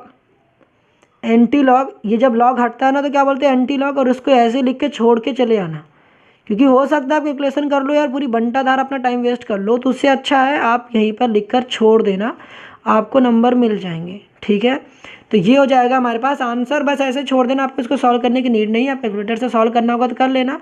एंटी लॉग के लिए भाई साहब आपको एंटी लॉग की टेबल देखनी पड़ेगी, इतना काम नहीं करना है। अब लास्ट मोमेंट आ गया तो टाइम वेस्ट बिल्कुल मत करना, ठीक है, सिर्फ इतना करके आप छोड़ देना। सेम प्रोसेस इस क्वेश्चन में भी इम्प्लीमेंट करना है। क्वेश्चन तो देख ही पा रहे होगे। एन की वैल्यू कैसे निकालते हैं, किसी को भी पकड़ो, एन आई की कंपैरिजन करो एन आई के साथ। तो यहाँ पर देखो एन आई किस स्टेट में है, 0 में है, यहाँ 2 में है, तो दैट मीन्स 0 से 2 में गया तो चेंज कितने का आ गया 2 का, तो यहाँ पर इलेक्ट्रॉन कितने हो जाएंगे एन आई की 2 हो जाएंगे। एन की वैल्यू फॉर्मूले में रख दिया भाई साहब, सब कुछ सॉल्व कर रखा है। जूल में है, किलो जूल में कन्वर्ट करना है, यहाँ पर हमें किलो जूल में बाय द वे आंसर चाहिए, तो डिवाइड बाई कितना कर दोगे 1000, तो तीन के बाद डेसिमल लगा दो 1 2 3, तो यहाँ पर आ जाएगा माइनस का 202.650, ये आ जाएगा किलो जूल में आंसर। सेम काम यहाँ पे करना है, सब कुछ सॉल्व कर लेना, सब कुछ तो मैंने बता ही रखा है। आप केसी की वैल्यू सिर्फ एंटी लॉग लिख के छोड़ देना, एंटी लॉग के चक्कर में अपना आप टाइम वेस्ट मत करना, ठीक है। ये भी एक अच्छा क्वेश्चन बन सकता है आपके पेपर के पॉइंट ऑफ व्यू से। तो इस क्वेश्चन में पीएच दे रखा है। सबसे पहले आपको क्या काम करना होगा कि आप हाइड्रोजन इलेक्ट्रोड का रिडक्शन पोटेंशियल के लिए आपको रिडक्शन वाली रिएक्शन लिखनी पड़ेगी। तो H+ ने एक इलेक्ट्रॉन खा लिया, तो किस में कन्वर्ट हो गया H2 में। आपको पता है कि एक इलेक्ट्रॉन H+ ने खाया, तो यहाँ पर H में होना चाहिए, यहाँ पर 1/2 से मल्टीप्लाई करना पड़ेगा। आपको पता है नेक्स्ट इक्वेशन अगर इस पर अप्लाई करेंगे तो ई सेल इक्वल टू हो जाएगा ई नॉट सेल माइनस का 0.059 अपॉन का एन। एन की वैल्यू कितनी आ जाएगी, यहाँ पर 1 आ जाएगा, तो यहाँ पर 1 लिख देंगे। लॉग यहाँ पर आप चाहे प्रोडक्ट अपॉन रिएक्टेंट कर लो। प्रोडक्ट में क्या है हमारे पास गैस है, गैस की क्या होती है पार्शियल प्रेशर, तो पार्शियल प्रेशर ऑफ हाइड्रोजन लिखेंगे और इसकी खोपड़ी पर कितना लिख देंगे यहाँ पर 1/2, क्योंकि कोफिशिएंट कितना था 1/2। नीचे क्या लिखनी है कंसंट्रेशन ऑफ किसकी, कंसंट्रेशन रिएक्टेंट की लिखते हैं प्रोडक्ट अपॉन रिएक्टेंट, तो रिएक्टेंट में कौन था H+, तो यहाँ H+ की क्या लिख देंगे कंसंट्रेशन, तो यहाँ पर हो जाएगा H+ की कंसंट्रेशन। बात समझ में आ रही है। किसी से पूछ लो भाई इलेक्ट्रोलाइट क्या होते हैं, पता ही नहीं होता है, मगर आज से आपके डाउट सारे ही आउट हो जाएंगे, क्योंकि मैंने इतने प्यार से आपके लिए लिख रखे हैं, आपको समझना है ऐसा हो ही नहीं सकता है। इलेक्ट्रोलाइट क्या होते हैं, तो वे सब्सटेंस जो आयन में टूट जाते हैं। अब ये जैसे कि मैंने एक एग्जाम्पल लिया, आपने तो बहुत देखे होंगे, NaCl ले लिया, क्या ले लिया NaCl, NaCl टूट गया Na+ में और टूट गया प्लस Cl- में। तो पहला चीज़ तो आपने क्या सीखा, सब्सटेंस आयन में टूट जाते हैं। आयन 2 टाइप्स के होते हैं, पॉजिटिव आयन और नेगेटिव आयन। जो पॉजिटिव आयन्स होते हैं उसे हम कहते हैं कैटायन, और जो नेगेटिव आयन होते हैं उससे कहते हैं एनायन। तो इसी बात को मैंने नीचे लिख रखे हैं। तो यहाँ पर आयन 2 टाइप्स के हो गए, positive ion, negative ion. Positively charge ion को हम लोग कहते हैं कैटायन और नेगेटिवली चार्ज आयन को कहते हैं एनायन। कई बार बच्चा याद ही नहीं कर पाता, उसको मैं पूछता हूँ एनायन क्या होते हैं, उल्टा सीधा बताता है, कभी बोलता है Na+ एनायन। अरे भाई ने याद करना बड़ा आसान है। देखो ना कैटायन में देखो T जो मेरा है पॉजिटिव जैसा दिखता है, तो T आप भी बनाना, देखना आपके पॉजिटिव जैसा ही दिखता है, चाहे आप जैसा भी बना रहे होगे। तो T मतलब क्या हुआ पॉजिटिव। तो कैटायन में ना चार्ज जो ऐसा पॉजिटिव। यहाँ देखो एनायन की स्पेलिंग ध्यान से देखो, यहाँ पर NN कुछ ज़्यादा ही आ रहा है, एन देखो यहाँ पर एक ही बार यहाँ एन ज़्यादा, मतलब इसके अंदर नेगेटिविटी कुछ ज़्यादा ही, एन यहाँ भी एन यहाँ भी, मतलब एनायन नेगेटिवली चार्ज होते हैं। जिस प्रकार से एक सब्सटेंस आयन में टूट जाता है उसी प्रकार से एक इंसान भी टूट जाता है। इंसान कभी ज़्यादा टूट जाता है, कभी कम टूट जाता है। उसी प्रकार से इलेक्ट्रोलाइट भी टूट जाते हैं, कुछ बहुत ज़्यादा टूटते हैं, कुछ बहुत कम टूटते हैं। स्ट्रॉन्ग इलेक्ट्रोलाइट में क्या होते हैं, वे सब्सटेंस होते हैं जो पूरी तरीके से टूट जाते हैं, और वीक इलेक्ट्रोलाइट वे सब्सटेंस होते हैं जो पार्शियली टूटते हैं, बहुत कम टूटते हैं। ये बात समझ में आ गई। सबसे पहले वीक का मतलब क्या होता है बताओ। वीक का मतलब होता है कमजोर। क्या होता है, कमजोर। तो ये बताओ ना, अगर मैं कह रहा हूँ आपको कोई चीज़ तोड़ने के लिए कह रहा हूँ, आपका दरवाज़ा तोड़ने के लिए कह रहा हूँ या कांच की कोई भी चीज़ तोड़ने के लिए कह रहा हूँ, तो अगर आप जोर कम लगा रहे हो, जोर का मतलब ताकत कम लगा रहे हो, कोई चीज़ टूटेगी क्या? नहीं। तो वीक इलेक्ट्रोलाइट को मैं हिंदी में ऐसे पढ़ता हूँ कमजोर। तो जब व्यक्ति ही जोर कम लगा रहा है तो कम टूटेगा। तो इसीलिए कहता है कि वीक इलेक्ट्रोलाइट वे सब्सटेंस हुए जो आयन में बहुत कम टूटते हैं। अगर ज़्यादा ताकत लगा रहा है तोड़ने के लिए तो भाई कंपाउंड हो गया कुछ भी और जल्दी टूट जाएगा। तो यहाँ पर मैंने लिख रखे हैं जो आयंस में ऑलमोस्ट पूरी तरीके से टूट जाते हैं उसे क्या कहते हैं? Strong electrolyte. आई थिंक अब आपके डाउट नहीं रहेंगे। स्ट्रॉन्ग इलेक्ट्रोलाइट का मतलब मजबूत, वीक का मतलब कमजोर, तो कमजोर में कम जोर लगाता है, इसी वजह से कम टूटता है। और स्ट्रॉन्ग इलेक्ट्रोलाइट में ज़्यादा जोर लगा देता है तो इसीलिए पूरी तरीके से टूट जाता है। स्ट्रॉन्ग इलेक्ट्रोलाइट का जो डिग्री ऑफ डिसोसिएशन होता है वो 100% होता है। क्यों? मैंने कहा ही पूरी तरीके से टूट जाते हैं। पूरी तरीके से क्या मतलब? 100% टूटते हैं। 100/100 कितना होता है? 1। तो इसका जो डिग्री ऑफ डिसोसिएशन होता है, डिसोसिएट का मतलब ही क्या होता है? डिसोसिएट का मतलब होता है टूटना। तो यहाँ पर डिग्री ऑफ डिसोसिएशन कितना हो गया? 1। तो इसका वीक इलेक्ट्रोलाइट का जो अल्फा होता है वो 1 से कम होता है, ये पूरी तरीके से नहीं टूटते हैं। अब जो स्ट्रॉन्ग इलेक्ट्रोलाइट होता है वो मेरा एसिड भी हो सकता है, स्ट्रॉन्ग इलेक्ट्रोलाइट मेरा बेस भी हो सकता है, स्ट्रॉन्ग इलेक्ट्रोलाइट मेरा सॉल्ट भी हो सकता है। In the same way weak में भी यही काम करना है। अब स्ट्रॉन्ग एसिड में कौन कौन से एग्जाम्पल है भाई? तो यहाँ पर हमारे सामने आता है सबसे पहला the one and only HCl। कौन है भाई? HCl है। सेकंड कौन सा आता है यहाँ पर? HNO3। ऐसा लाइन से, कोई ज़रूरी नहीं कि आप लाइन से लिखो, एग्जाम्पल पता होना चाहिए। तो यहाँ पर हो गया हमारे सामने H2SO4। ये क्या लिखा अभी तक हम लोगों ने? ये एसिड लिखा। कौन से एसिड? तो ध्यान रखना यहाँ मैं लिख दे रहा हूँ, ये सारे ही स्ट्रॉन्ग एसिड हैं। कौन से एसिड है?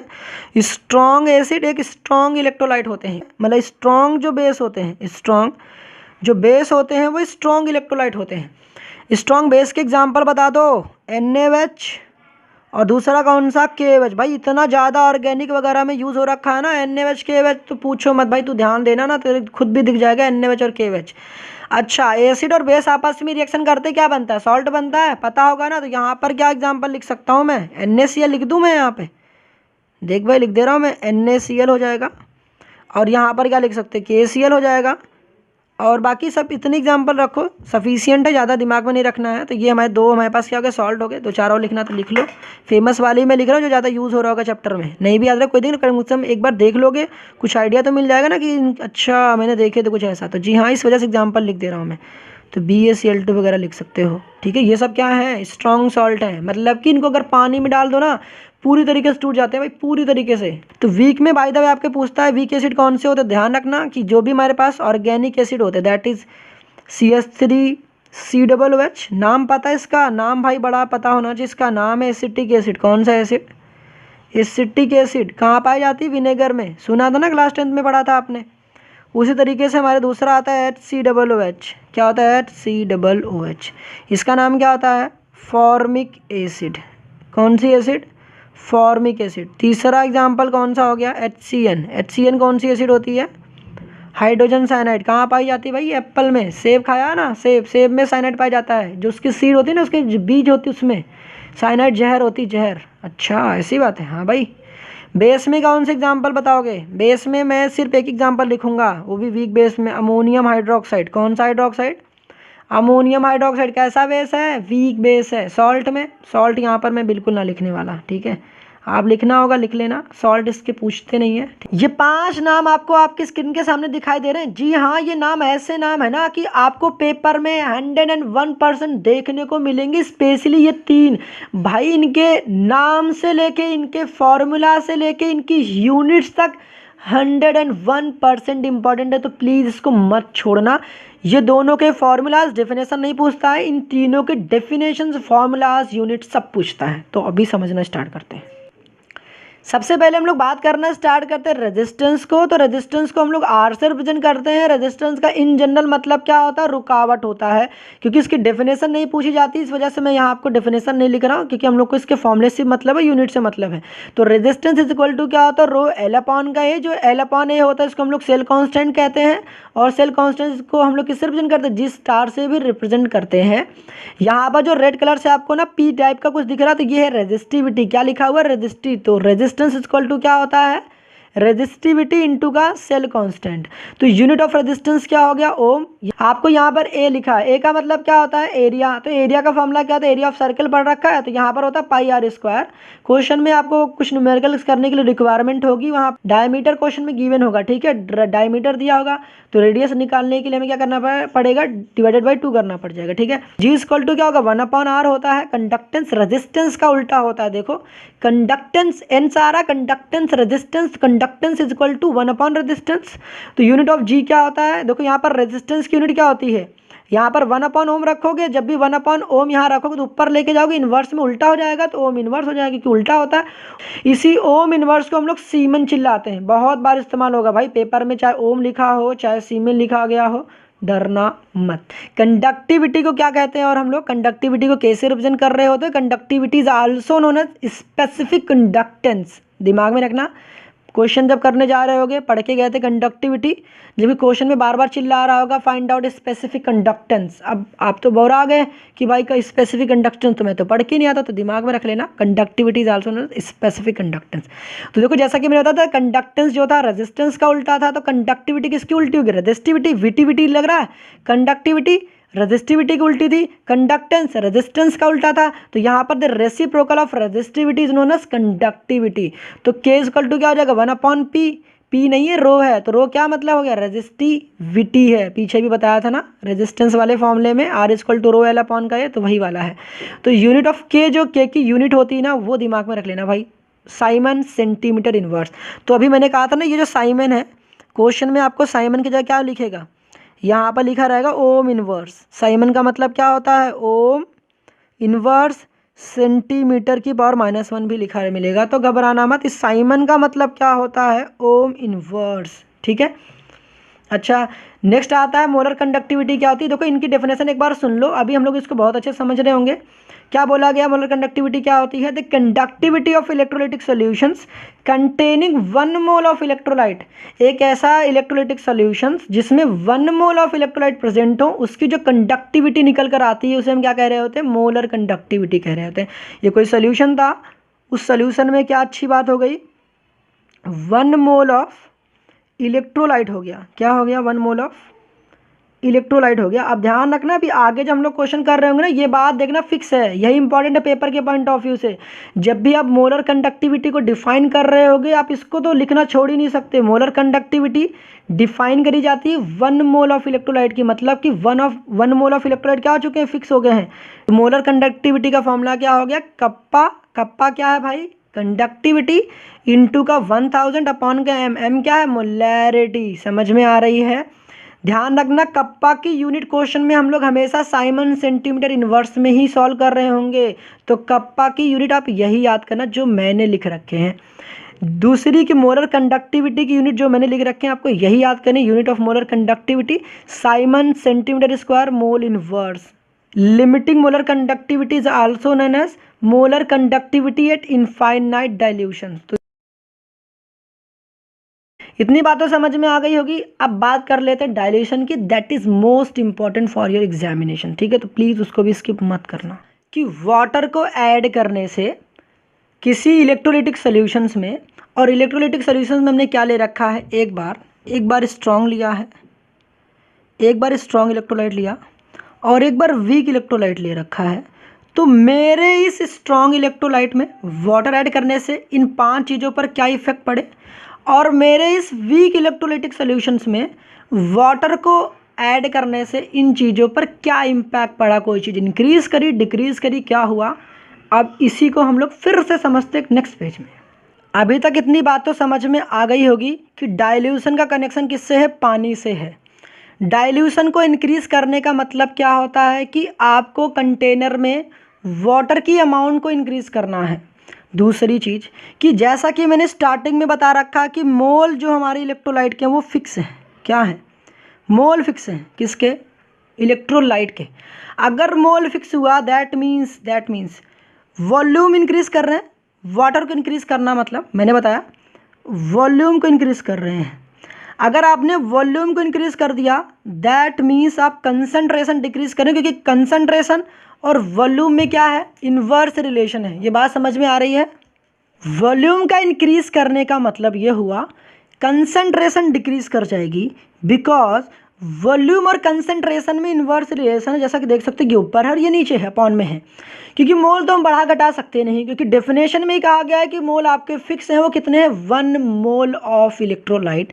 तो हम बढ़ा घटा क्या सकते हैं, वॉल्यूम। वॉल्यूम कैसे बढ़ रही है, वाटर को इंक्रीज करना मतलब वॉल्यूम को इंक्रीज करना, और वॉल्यूम को इंक्रीज करने का मतलब क्या हुआ, कंसंट्रेशन को डिक्रीज करना। किसको डिक्रीज करना, कंसंट्रेशन डिक्रीज करना, या फिर बोल दो मोलैरिटी को डिक्रीज करना। तो आपने क्या समझा कि डाइल्यूशन जब इंक्रीज करती है तो वॉल्यूम इंक्रीज कर जाता है, कंसंट्रेशन डिक्रीज कर जाती है, मोलैरिटी भी डिक्रीज कर जाती है। ठीक है, अभी यही सारे सवाल बनेंगे, पहले यहाँ समझो, फिर नीचे आते हैं। नीचे अब यहाँ पर ना सारी पॉइंट को आराम से पढ़ना। हमने क्या कर रखा है, H2O ऐड से पहले, मतलब पानी हमने स्टार्टिंग में कोई सोल्यूशन प्रिपेयर करा था, पानी सपोज कर लिया कि आपने 1 लीटर पानी था, अब हम लोग यहाँ पर एक्स्ट्रा वाटर ऐड कर रहे हैं। कौन सा वाटर, एक्स्ट्रा वाटर ऐड कर रहे हैं, मतलब कि हम लोग डाइल्यूशन इंक्रीज कर रहे हैं। तो पहले सपोज करो Na और Cl के बीच में जो डिस्टेंस थी, सेपरेशन कितने था, इतना था। लेकिन जैसे ही हम लोगों ने क्या करा, पानी ऐड किया, तब इस आयन के बीच में क्या होते हैं, अब इसी को समझना है। मैंने यहाँ क्या लिख रखा है, स्ट्रॉन्ग इलेक्ट्रोलाइट का सॉल्यूशंस, ये तो वैसे भी 100% टूट जाते हैं। जी हाँ, बिल्कुल आपने सही सुना, सही लिखा भी है, सब कुछ सोच समझ के लिखा है, क्योंकि आपने स्ट्रॉन्ग इलेक्ट्रोलाइट की डेफिनेशन क्या पढ़ी थी, जो 100% टूट जाते हैं, क्योंकि ज़्यादा जोर लगाते हैं। वीक इलेक्ट्रोलाइट कम जोर लगाते हैं तो ये कम टूटते हैं, ये तो बहुत कम टूटते हैं। जी हाँ।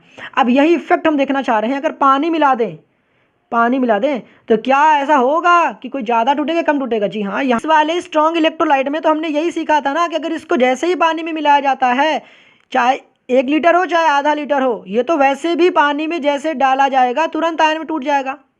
इसका मतलब क्या हुआ कि एक्स्ट्रा वाटर ऐड करने से इसके टूटने या ना टूटने में घंटा फर्क नहीं पड़ता, क्योंकि इसकी नेचर होती है स्ट्रॉन्ग इलेक्ट्रोलाइट की कि पानी में डालोगे नहीं कि ये भाई 100% टूट जाएगा। तो मैंने क्या लिख रखा, तो एक्स्ट्रा वाटर मीन्स डाइल्यूशन ने क्या किया, कुछ नहीं किया क्या, इसके आयन में तो कुछ इफेक्ट नहीं पड़ा, आयन के टूटने में कोई इफेक्ट नहीं पड़ा। तो यहाँ पर देखो इफेक्ट कहाँ पड़ा, आयन के टूटने में इफेक्ट नहीं पड़ा है, आयन के बीच की दूरियां बढ़ गई हैं भाई। आयन ज़्यादा कम नहीं टूटे हैं, आयन के बीच की दूरियां बढ़ गई हैं, क्योंकि आयन तो वैसे भी 100% टूट जाते हैं। तो एक्स्ट्रा वाटर ने करा क्या, इस Na+ के और Cl के बीच की दूरियां बढ़ा दी। देखो ये दूरियां है ना, ये इनकी डिस्टेंस इंक्रीज कर दिया। जो आयन अभी पास है वो आयन दूर दूर हो गए। तो यहाँ पर क्या तुमने सीखा, cations that is Na+, anions की दूरियां क्या कर दी, बढ़ा दी। हम लोगों ने NaCl ले रखा है इलेक्ट्रोलाइटिक सोल्यूशन में। ड्यू टू दिस, अब इसकी वजह से क्या होगी, जब दूरियां बढ़ जाएंगी तो क्या होगा, कैटायंस और एनायन के बीच में फोर्स ऑफ अट्रैक्शन क्या हो जाएगी, कम हो जाएगी। कि भाई अगर आपने 2 लोगों के बीच में दूरियां बढ़ा दी हैं, 2 व्यक्ति के बीच में दूरियां बढ़ा दी हैं, गर्ल्स एंड बॉयज़ के बीच में आपने दूरियां बढ़ा दी हैं, तो भाई फोर्स ऑफ अट्रैक्शन जो पहले वाला प्यार मोहब्बत था वो तो कम हो जाएगी। दूरियां बढ़ जाने से प्यार मोहब्बत कम हो जाती है भाई।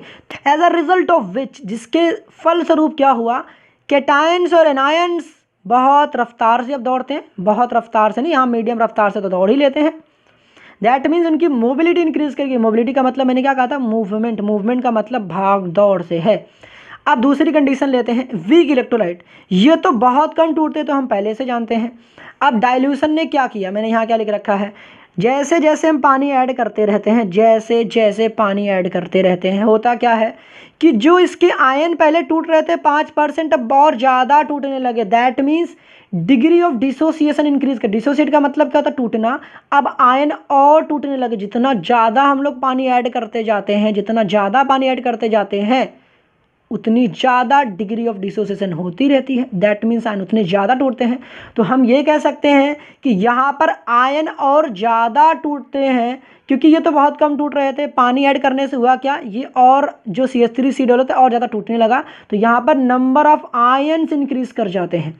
दोनों में डिफरेंस है भाई। स्ट्रॉन्ग इलेक्ट्रोलाइट में कैटायंस और एनायंस के बीच में फोर्स ऑफ अट्रैक्शन कम हो जाती है। जब फोर्स ऑफ अट्रैक्शन कम होगी तो मोबिलिटी ऑफ आयंस क्या हो जाएगी, इंक्रीज कर जाएगी। ठीक है, लड़का लड़की वाला एग्जांपल ले लेना, समझ में आ जाएगा।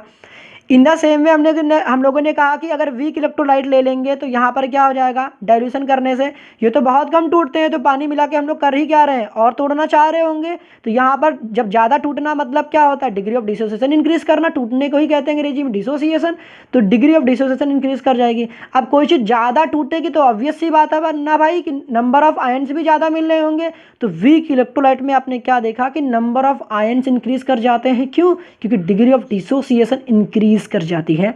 अब आपके पेपर में सवाल पूछता है कि डाइल्यूशन के इंक्रीज करने से मोलर कंडक्टिविटी स्ट्रॉन्ग इलेक्ट्रोलाइट की इंक्रीज करती है स्लोली, जबकि वीक इलेक्ट्रोलाइट की मोलर कंडक्टिविटी क्या करती है, रैपिडली इंक्रीज करती है। ऐसा क्यों होता है कि इसकी बहुत तेज़ी से तो इंक्रीज नहीं करती, करती तो है दोनों की इंक्रीज करती दोनों की है, मगर इसकी बहुत तेज़ी से मोलर कंडक्टिविटी बढ़ती, ड्रास्टिकली इंक्रीज होता है। ऐसा क्यों? तो यहाँ जवाब मैंने क्या लिख रखा है, आपने देखा था कि स्ट्रॉन्ग इलेक्ट्रोलाइट तो कंप्लीटली वैसे भी टूट जाते हैं, तो वाटर को ऐड करने से हुआ क्या, कैटायंस और एनायन के बीच में प्यार मोहब्बत कम हो गया था, मतलब कि फोर्स ऑफ अट्रैक्शन कम हो गई थी।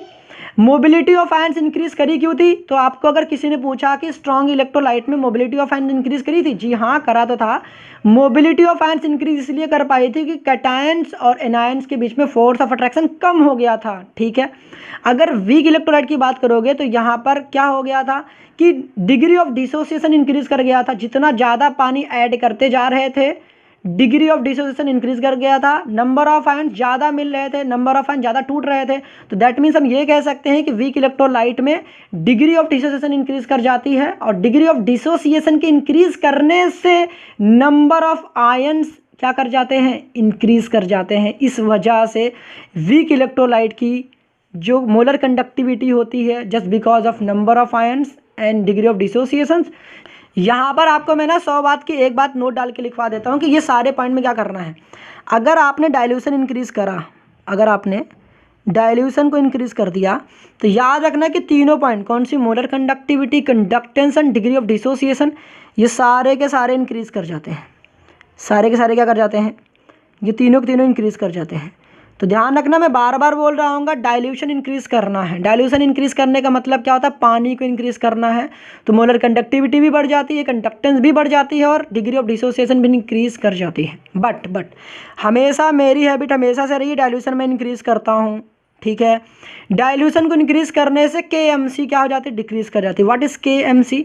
K is nothing but conductivity, M is molarity and C is concentration. अभी मैंने बताया था डाइल्यूशन को इंक्रीज करा, दैट मीन्स आपने वॉल्यूम को इंक्रीज कर दिया, और वॉल्यूम को इंक्रीज करते ही कंसंट्रेशन डिक्रीज कर जाती है। तो पेपर में यहाँ पर पूछेगा डाइल्यूशन को इंक्रीज करने से नहीं बोलेगा, ऑन डिक्रीजिंग कंसंट्रेशंस, ऑन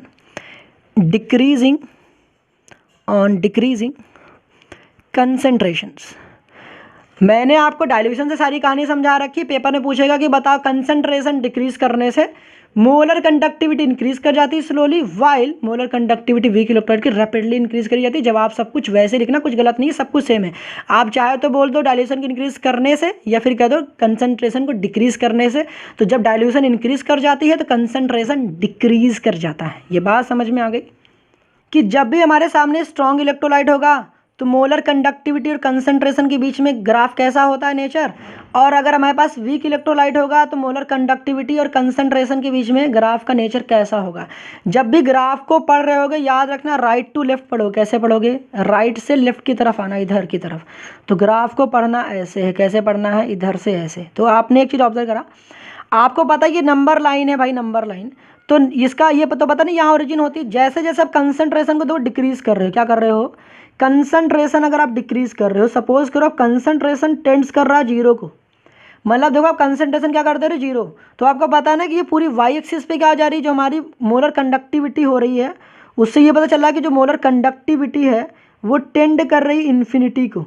मतलब कि कंसंट्रेशन बहुत ज़्यादा कम कर देने से मोलर कंडक्टिविटी इन्फिनिटी हो जाती, मतलब कि भाई हद से ज़्यादा मोलर कंडक्टिविटी हो जाती है। कंसंट्रेशन जीरो का मतलब कि भाई कंसंट्रेशन जीरो का मतलब होता है 100% डाइल्यूशन, मतलब कि आपने सब कुछ पानी पानी कर दिया। क्या कर दिया? पानी पानी कर दिया।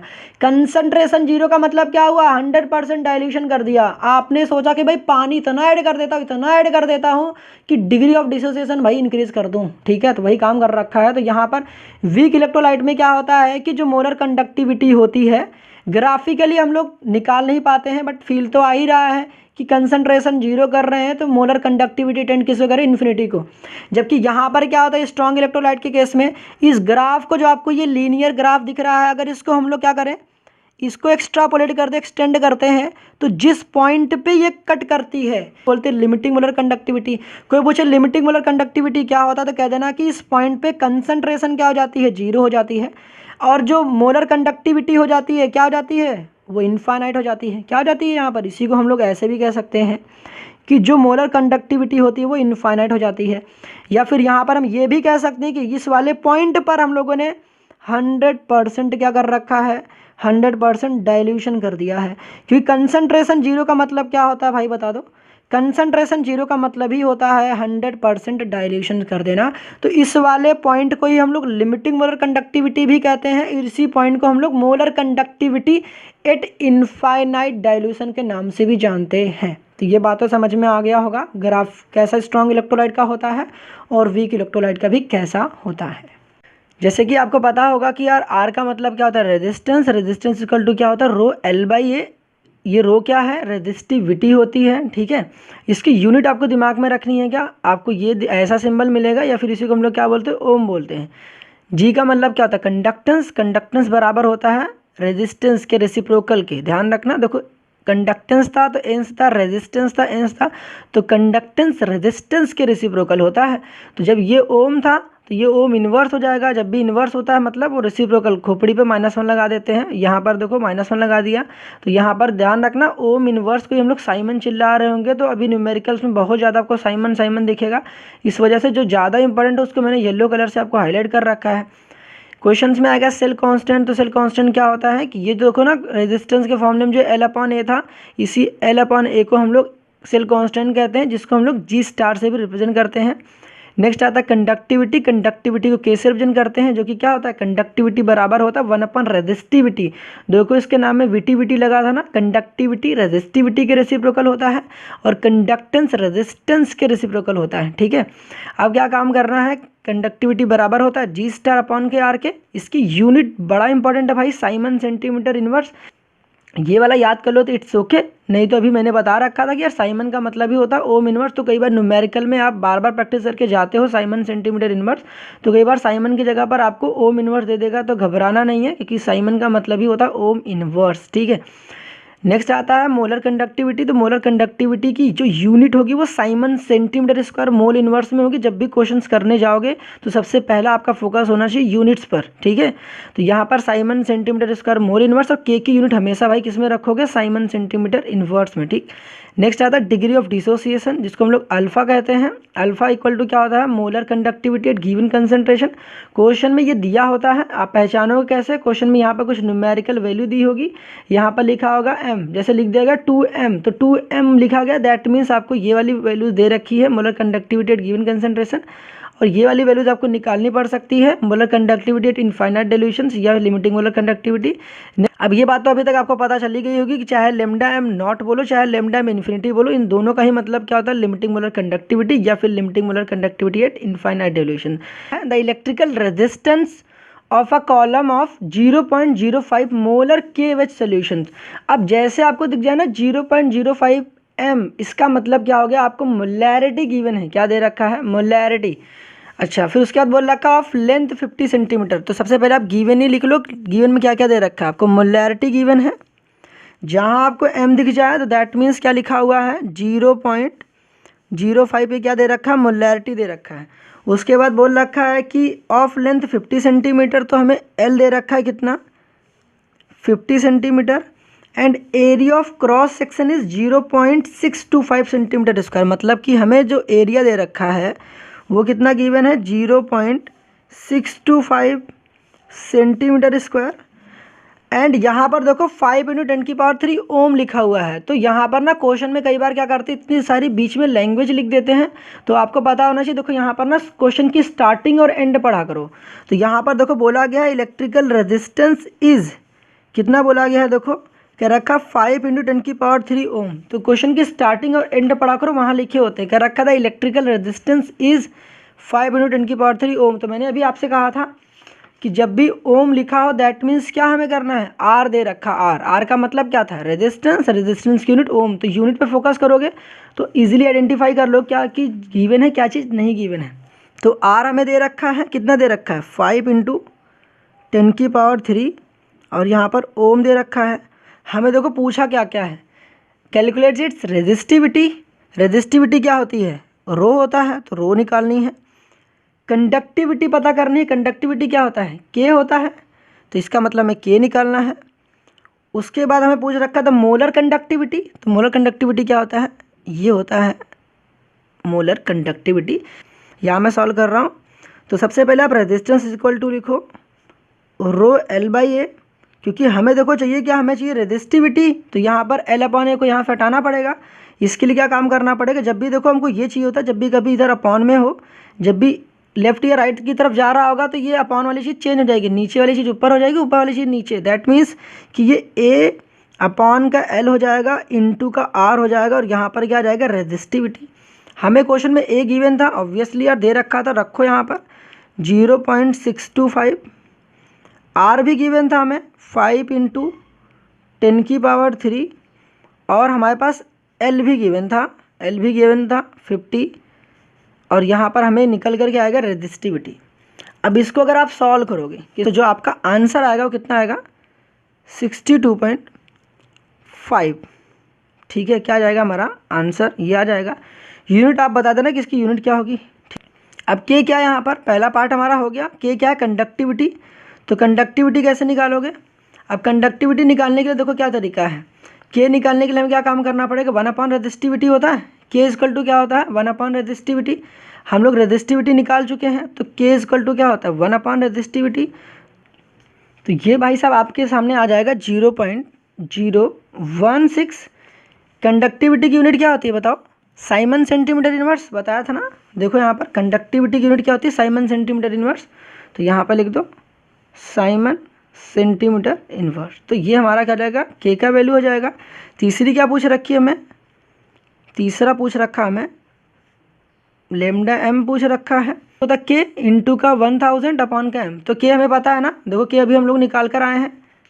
और हमें क्या पता है एम देखो मोलैरिटी भी गिवन है यहाँ पर, देखो ना फॉर्मूले मोलैरिटी है, मोलैरिटी भी पता है, तो बस फॉर्मूले में रख दो आंसर आ जाएगा।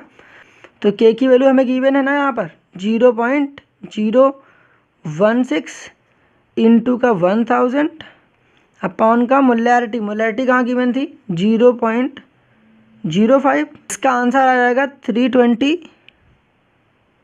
Simon centimetre square mol inverse. अब नेक्स्ट क्वेश्चन देखो आपके सामने क्या दे रखा है, the conductivity of 0.0 molar acetic acid is 7.8 × 10⁻⁻5 Simon centimetre inverse. तो मैंने कहा था जब भी क्वेश्चन आए आपको लगता है आप समझ नहीं पा रहे हो क्या गिवन है, तो यूनिट पे फोकस करो। देखो साइमन सेंटीमीटर इनवर्स है, तो मैंने बार बार कहा है मैं फॉर्मूला जब भी लिख रखे हो ना सामने, फॉर्मूले को अपने सामने रखो सो दैट कि आप इजीली प्रैक्टिस कर पाओ कि दिया क्या है। साइमन सेंटीमीटर इनवर्स का मतलब क्या होता है, के की वैल्यूज गिवन है। तो यहाँ से सोल्यूशन लिखो, सबसे पहले आप लिख लो दिया क्या है, तो 7 के दे रखा हमें। उसके बाद मैंने कहा था जब भी 0.01 लिखा हो दैट मीन्स यहाँ एम लगा हो, तो एम का मतलब मोलैरिटी हो गया, तो एम की वैल्यू सीधे लिख लो 0.01। उसके बाद क्या क्या पूछ रखा है, calculate its degree of dissociation. Degree of dissociation किससे रिप्रेजेंट करते हैं, अल्फा से। तो देखो हमें अल्फा निकालना है। उसके बाद क्या निकालना है, if limiting molar conductivity for acetic acid is इतना दे रखा, दैट मीन्स पता क्या दे रखा है, यहाँ पर मैंने कहा था ना देखो ये जो चीज़ होती है यहाँ पर अल्फा जो होता है डिग्री ऑफ डिसोसिएशन होता है, उसमें बोल रखा limiting molar conductivity, that means इसकी वैल्यू देखो मैं दे रखी है। तो फॉर्मूला सामने रखोगे तो इसलिए अंडरस्टैंड कर पाओगे कि दिया क्या है। ये हो जाएगा 390। अल्फ़ा निकालना हमें, सबसे पहले आपको पता है ना कि मोलर कंडक्टिविटी है, तो अल्फ़ा निकालने के लिए हमें लैम्डा निकालना पड़ेगा। और लैम्डा कैसे निकलेगी, तो यहाँ से निकल जाएगा lambda, that means molar conductivity निकल जाएगी। तो यहाँ से लिखो molar conductivity is equal to kappa into 1000 upon का एम। कप्पा क्या दे रखा बताओ हमें, के की वैल्यू दे रखी है 7.8 इंटू 10⁻⁻5 इंटू क्या हो जाएगा 1000, नीचे क्या आ जाएगा बताओ, एम मोलैरिटी गिवन थी 0.001। तो आप इसको अगर आप सॉल्व करोगे तो आपका जो आंसर आएगा वो कितना आएगा पता है, 78 Simon centimetre square mol inverse. ये हमारा किसका वैल्यू आएगी, मोलर कंडक्टिविटी की। यहाँ पर क्या अल्फ़ा आराम से निकाल लेंगे, क्योंकि अल्फ़ा निकालना है, क्योंकि अल्फ़ा के फॉर्मूलेज में क्या है, मोलर कंडक्टिविटी और limiting molar conductivity. Limiting molar conductivity की वैल्यू दे रखी है, मोलर कंडक्टिविटी हम लोगों ने निकाल रखी है, तो इसको डिवाइड कर देंगे तो अल्फ़ा इज इक्वल टू क्या हो जाएगा, मोलर कंडक्टिविटी अपॉन का molar conductivity at infinite dilutions. अब इन मोलर कंडक्टिविटी की वैल्यू देखो हमको पता है 78, लिमिटिंग मोलर कंडक्टिविटी में दे रखी थी 390, दोनों को काटेंगे पीटेंगे तो आंसर कितना आ जाएगा हमें, यहाँ पर आ जाएगा 0.2। यूनिट तो कोई होगा नहीं भाई इसका, क्योंकि अल्फ़ा दोनों ही हमारे पास लिमिटिंग मोलर कंडक्टिविटीज़ हैं, तो दोनों की Simon centimetre square mol inverse होगी, दोनों कट जाएंगे, दैट मीन्स अल्फ़ा जो होगा यूनिटलेस होगा, कोई यूनिट। स्क्रीनशॉट लेना है तो ले लो भाई। Calculate the degree of dissociation, that means हमें एक बात तो समझ में आ गई कि हमें निकालना क्या है, अल्फ़ा निकालना है, ठीक है। अब आपको ये बात तो पहले पता नहीं, अल्फ़ा निकालने के लिए अल्फ़ा फॉर्मूला पता होना चाहिए। जब फॉर्मूला आपको पता हो जाएगा तो आप ये आइडेंटिफाई कर लोगे कि हमें निकालना क्या है। तो यहाँ पर देखो अल्फ़ा इज इक्वल टू क्या होता है, मैंने बताया था ना, molar conductivity eight given concentration upon molar conductivity at infinite dilutions, ठीक है, या फिर इसी को हम लोग क्या कहते हैं, नॉट भी कहते हैं। मैंने कई बार आपको कहा कि ये वाली जो वैल्यूज होती है molar conductivity eight given concentration, usually ये क्वेश्चन में गिवन ही होता है। यहाँ तो नॉट वगैरह लगा है क्या, बिल्कुल नहीं लगा है। दैट मीन्स जिस पे नॉट नहीं लगा, नॉट किस पे नहीं लगा, इस पे, दैट मीन्स ये वाली वैल्यूज गिवन है। ये नॉट वाली वैल्यूज हमें निकालना पड़ेगा। अब ये कैसे निकलेगी, इसके लिए आपको काम करना पड़ेगा, कंबाइंड इफेक्ट लगाने पड़ेंगे। कंबाइंड इफेक्ट कैसे निकालोगे, तो यहाँ पर आपको कुलराउस का नियम लगाना पड़ेगा। कुलराउस चाचा ने क्या कहा था, अगर आप चाहते हो ना इसकी मोलर कंडक्टिविटी निकालना है, किसकी, लिमिटिंग मोलर कंडक्टिविटी, किसकी, एसिटिक एसिड की, तो जो लिमिटिंग मोलर कंडक्टिविटी इक्वल होता है सम ऑफ कैटायंस के और एनायंस के। तो यहाँ पर लिमिटिंग मोलर कंडक्टिविटी निकालने कैटायंस की, कैटायन कौन है हमारे पास बताओ, यहाँ पर दे रखा है H plus limiting molar conductivity किसकी, एनायंस की, एनायन कौन है हमारे पास CH3COO माइनस। तो यहाँ जो लिमिटिंग मोलर कंडक्टिविटी आएगी किसकी आएगी पता है, CH3COOH की, क्योंकि मेरे को उसी की चाहिए ही चाहिए, क्योंकि यहाँ पर है लिमिटिंग मोलर कंडक्टिविटी चाहिए किसकी, ऑब्वियस ही बात है ना, एसिटिक एसिड की। अगर मोलर कंडक्टिविटी रखा है हम लोगों ने एसिटिक एसिड के ऊपर, तो लिमिटिंग मोलर कंडक्टिविटी भी किसकी रखेंगे, एसिटिक एसिड की। तो यहाँ पर इन दोनों को ऐड करो, मतलब कि 349.1 प्लस एसिटेट आयन का क्या दे रखा है बताओ 40.9, इन दोनों को ऐड कर लो तो ये हो जाएगा 390 Simon centimetre square mol inverse. मैंने बार बार कहा भाई मोलर कंडक्टिविटी की यूनिट कितनी होती है, Simon centimetre square mol inverse. अब क्या करना है बताओ, यहाँ पर मोलर कंडक्टिविटी हमें दे रखी है किसकी, एसिटिक एसिड की। यहाँ पर देखो तो इसकी वैल्यू रख दो यहाँ पर 11.7, और लिमिटिंग मोलर कंडक्टिविटी हम लोगों ने निकाली रखी है जिस पर नॉट लगा होता है, लिमिटिंग मोलर कंडक्टिविटी होती है, तो ये आया 390। तो इसको आप डिवाइड करोगे तो आपका आंसर कितना आ जाएगा, ये 0.03 आ जाएगा हमारा अल्फ़ा। क्या मैं सिर्फ अल्फ़ा ही पूछ रखा था, जी हाँ। Calculate the degree of dissociation of acetic acid, जी हाँ, मैं सिर्फ अल्फ़ा ही निकालना था, तो ये हमारा हो जाएगा फाइनल आंसर।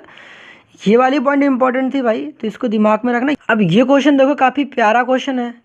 क्या पूछ रखा है, the value of limiting molar conductivity of Al2SO4 का whole thrice is 858 siemens centimetre square mol inverse, conductivity sulphate ion is 160 siemens centimetre square mol inverse, calculate the limiting ionic conductivity of Al3+।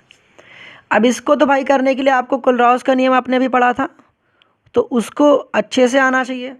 यहाँ देखो limiting molar conductivity हमें दे रखी है किसकी, पूरे compound की दे रखी है, कितनी दे रखी है 858 siemens centimetre square mol inverse. इसकी वैल्यूज़ निकालनी है हमें, सल्फेट की भी दे रखी है, तो यहाँ पर सल्फेट आयन की भी दे रखी है हमें, कितनी दे रखी है 160 यूनिट आप लगा लेना यार, चलो लगा देता हूँ, Simon centimetre square mol inverse. हमें निकालनी किसकी Al3+ की, लिमिटिंग मोलर कंडक्टिविटी निकालनी किसकी Al3+ की, तो कितनी होगी। तो आपने कोलराउस के नियम में क्या पढ़ा था ना कि अगर हमारे पास कोई कंपाउंड है, वो कंपाउंड कौन सा है Al2SO4 का होल थ्राइस, यही दे रखा कंपाउंड, इसकी जो मोलर कंडक्टिविटी होगी वो बराबर होगी कैटायंस के मोलर कंडक्टिविटी और एनायंस के मोलर कंडक्टिविटी के सम के। तो हम लोगों ने इसको आयन में तोड़ना सीखा था अभी, तो 2 को आगे लेके जाओ, 2Al 3+ चार्ज इसका कहाँ लिखा, यहाँ पर 3+ लिखो, प्लस 3 आगे लेके जाओ 3SO4 2 - हो जाएगा। अब आपको क्या काम करना है, कुछ नहीं यार, लिमिटिंग सबके देखो, हमें क्वेश्चन में लिमिटिंग लगा रखा है सबके आगे, तो सबके आगे लिमिटिंग लगा दो। तो यहाँ पर लिख दो लिमिटिंग मोलर कंडक्टिविटी किसकी, इसकी, तो यहाँ लिख लो, तो यहाँ ऑफ Al2SO4 का होल थ्राइस, यहाँ पर इस 2 को आगे लिख दो और यहाँ पर ऐसे लिखो लेमडा लगा के, नॉट लगा दो बस आगे, बस कुछ नहीं करना है। मोलर कंडक्टिविटी किसकी Al3+ की, प्लस थ्राइस लिखो, लेमडा लिखो, नॉट लिखो, यहाँ पर सल्फेट की पूछ रखा तो सल्फेट लिखो SO4 2-। हमें देखो इसकी वैल्यू दे रखी है क्या, देखो इसकी वैल्यू दे रखी है तो यहाँ पर रख देंगे, तो 2 तो रहेगा ही रहेगा। मोलर कंडक्टिविटी किसी की निकालनी ही निकालनी है, यहाँ पर 3 मल्टीप्लाइड बाई क्या करेंगे, लिमिटिंग मोलर कंडक्टिविटी सल्फेट की दे रखी थी, तो यहाँ रख दो 160। इस पूरे कंपाउंड की दे रखी थी हमें, हाँ ये भी दे रखा था पूरे कंपाउंड की 858, तो यहाँ रख दो। अब इसको भाई साहब को यहाँ बुला लो, तो ये कितना आ जाएगा 48, तो ये हो जाएगा 480 858। हमें इसकी वैल्यू निकालनी है, तो बाकी सारी चीज़ को इधर भेज दो आप, तो इतनी तो मैं समझ में आ रही होगी, तो मैं यहाँ कर दे रहा हूँ। तो 858 माइनस, क्योंकि देखो प्लस में है ना, तो इधर आएगा इस साइड, तो माइनस में हो जाएगा 480, और यहाँ पर twice of limiting molar conductivity निकालनी Al3+ की, तो यहाँ पर क्या करोगे, तो 858 माइनस का 480 डिवाइड बाई 2 क्या जाएगा, लिमिटिंग मोलर कंडक्टिविटी Al3+ की। इसको सॉल्व कर लेते हैं हम लोग, तो ये हो जाएगा मोलर कंडक्टिविटी किसके Al3+ की। आई होप समझ में आ गया होगा ये भी। अब हमारे सामने 2 क्वेश्चंस आते हैं, दोनों क्वेश्चन बड़े ही इंपॉर्टेंट है, एक तो CBSE बोर्ड में पूछ रखा है और दूसरा ISC बोर्ड में पूछ रखा है। दोनों क्वेश्चन को बच्चे को समझ में नहीं आता यार करना कैसे है, उसको सॉल्व कैसे करना, इतना लेंदी क्वेश्चन इसको पढ़ने में ना उसकी हालत टाइट हो जाती है। नाम जैसे लिखे गए, जिस सीक्वेंस में लिखे गए ऐसे फॉलो करो, क्वेश्चन ऐसे ही सीक्वेंस में हो रहे होंगे, पहले ये निकालना होगा, हो सकता है ये निकालना, फिर ऐसे ही हो रहे होंगे। नाम तो भाई मैंने सबके लिख रखे, नाम और यूनिट, नाम यूनिट, ठीक है, ये सारी चीज़ें बड़े ज़रूरी हैं। तो यहाँ पर क्या बोला, calculate the molar conductance that is molar conductivity हमें निकालनी है, तो हम लोगों ने लिख लिया कि मोलर कंडक्टेंस हमें निकालनी है, जो निकालनी हो तो उसको लिख लिया करो।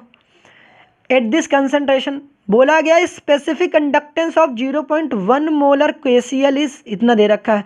अब स्पेसिफिक कंडक्टेंस का मतलब नहीं पता, तो भाई बता रखा है कि अगर नहीं पता होता है तो यूनिट पहचानो, ohm inverse centimetre inverse. Ohm inverse को मैंने कहा था ना, ओम इनवर्स को बार बार कहा है, इसको साइमन लिखा करो, साइमन सेंटीमीटर इनवर्स। तो साइमन सेंटीमीटर इनवर्स का मतलब क्या हुआ, के की यूनिट दे रखी है, क्योंकि यूनिट से हम नाम भी पहचान लेते हैं भाई, साइमन सेंटीमीटर इनवर्स किसकी होती है, के की यूनिट होती है ना। तो यहाँ इसका मतलब स्पेसिफिक कंडक्टेंस का ही दूसरा नाम क्या होता है, कंडक्टिविटी। तो मतलब के की वैल्यू हमें दे रखी है, ठीक है, तो यहाँ पर मैंने वही लिख रखी है। एक नॉन इलेक्ट्रोलाइट था जिसकी रेजिस्टेंस दे रखी थी 85 ओम, ध्यान से पढ़ो, देखो मैंने सब हाईलाइट कर रखे हैं, ठीक है, इसको पहले पढ़ लेना, उसके बाद मैं यहाँ दिखा दे रहा हूँ।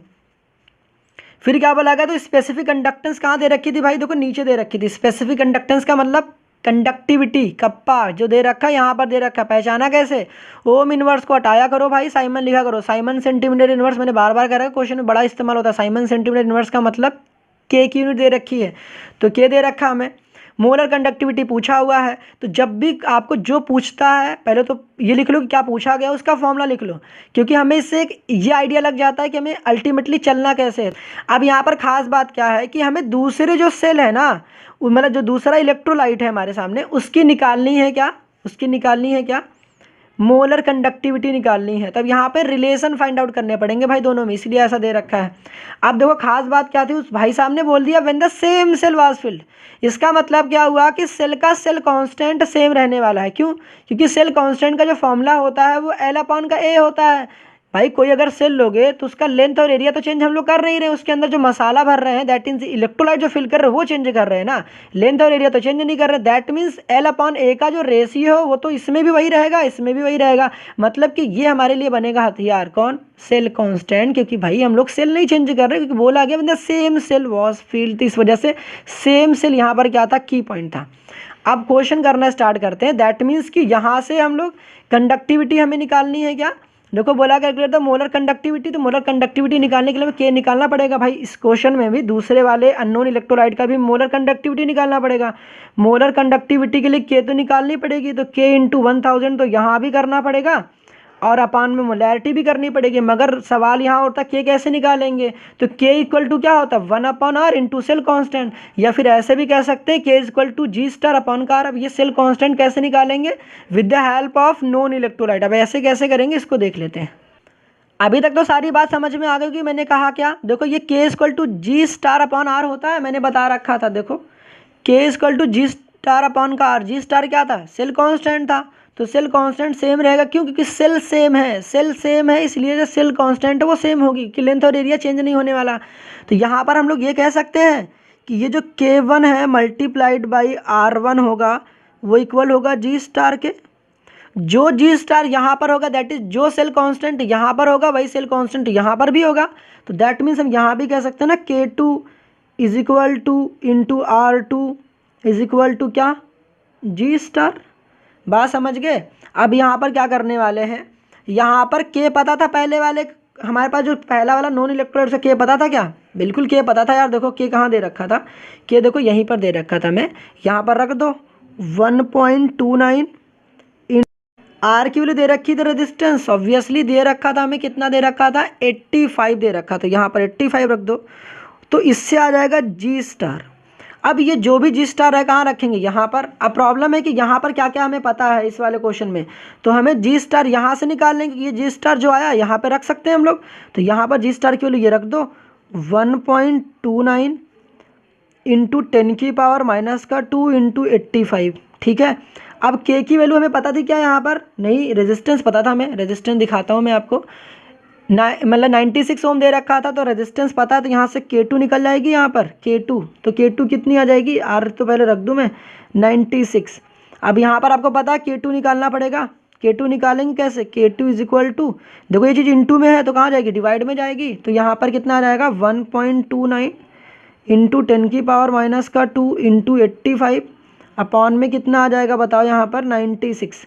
अब यहाँ से अगर हम लोग एक बार K2 निकाल लिए तो हम लोग मोलर कंडक्टिविटी आसानी से निकाल सकते हैं। अब आप इससे अगर आप सॉल्व करेंगे ना तो आपका आंसर कितना आएगा 0.01142 साइमन सेंटीमीटर इनवर्स, ठीक है। ये हमारी कंडक्टिविटी आ गई। अगर कंडक्टिविटी आ गई ना भाई तो मोलर कंडक्टिविटी निकालना तो हलवा है। क्यों? क्योंकि ये होता है कप्पा इंटू का 1000 अपॉन का क्या, मोलैरिटी।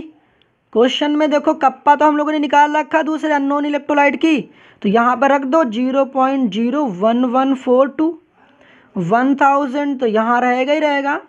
मोलैरिटी क्वेश्चन में देखो गिवन थी हमें, कहाँ था गिवन, दिखाओ फिर से मोलैरिटी। क्वेश्चन को ध्यान से पढ़ो, क्वेश्चन को दिखाओ पढ़ा फिर से देखो, क्वेश्चन को ध्यान से पढ़ोगे ना तो यहाँ पर देखो दे रखा था कि कैलकुलेट द मोलर कंडक्टेंस। अच्छा कह रखा when the same cell was filled with an aqueous solutions of 0.052। देखो ना मोलैरिटी जब भी एम लिखा होता दैट मीन्स मोलैरिटी गिवन है, कितना दे रखा है 0.052, तो यहाँ रख दो बस। मोलैरिटी कितनी दे रखी 0.052, 219 कितना रहेगा 219.61 Simon centimetre square mol inverse.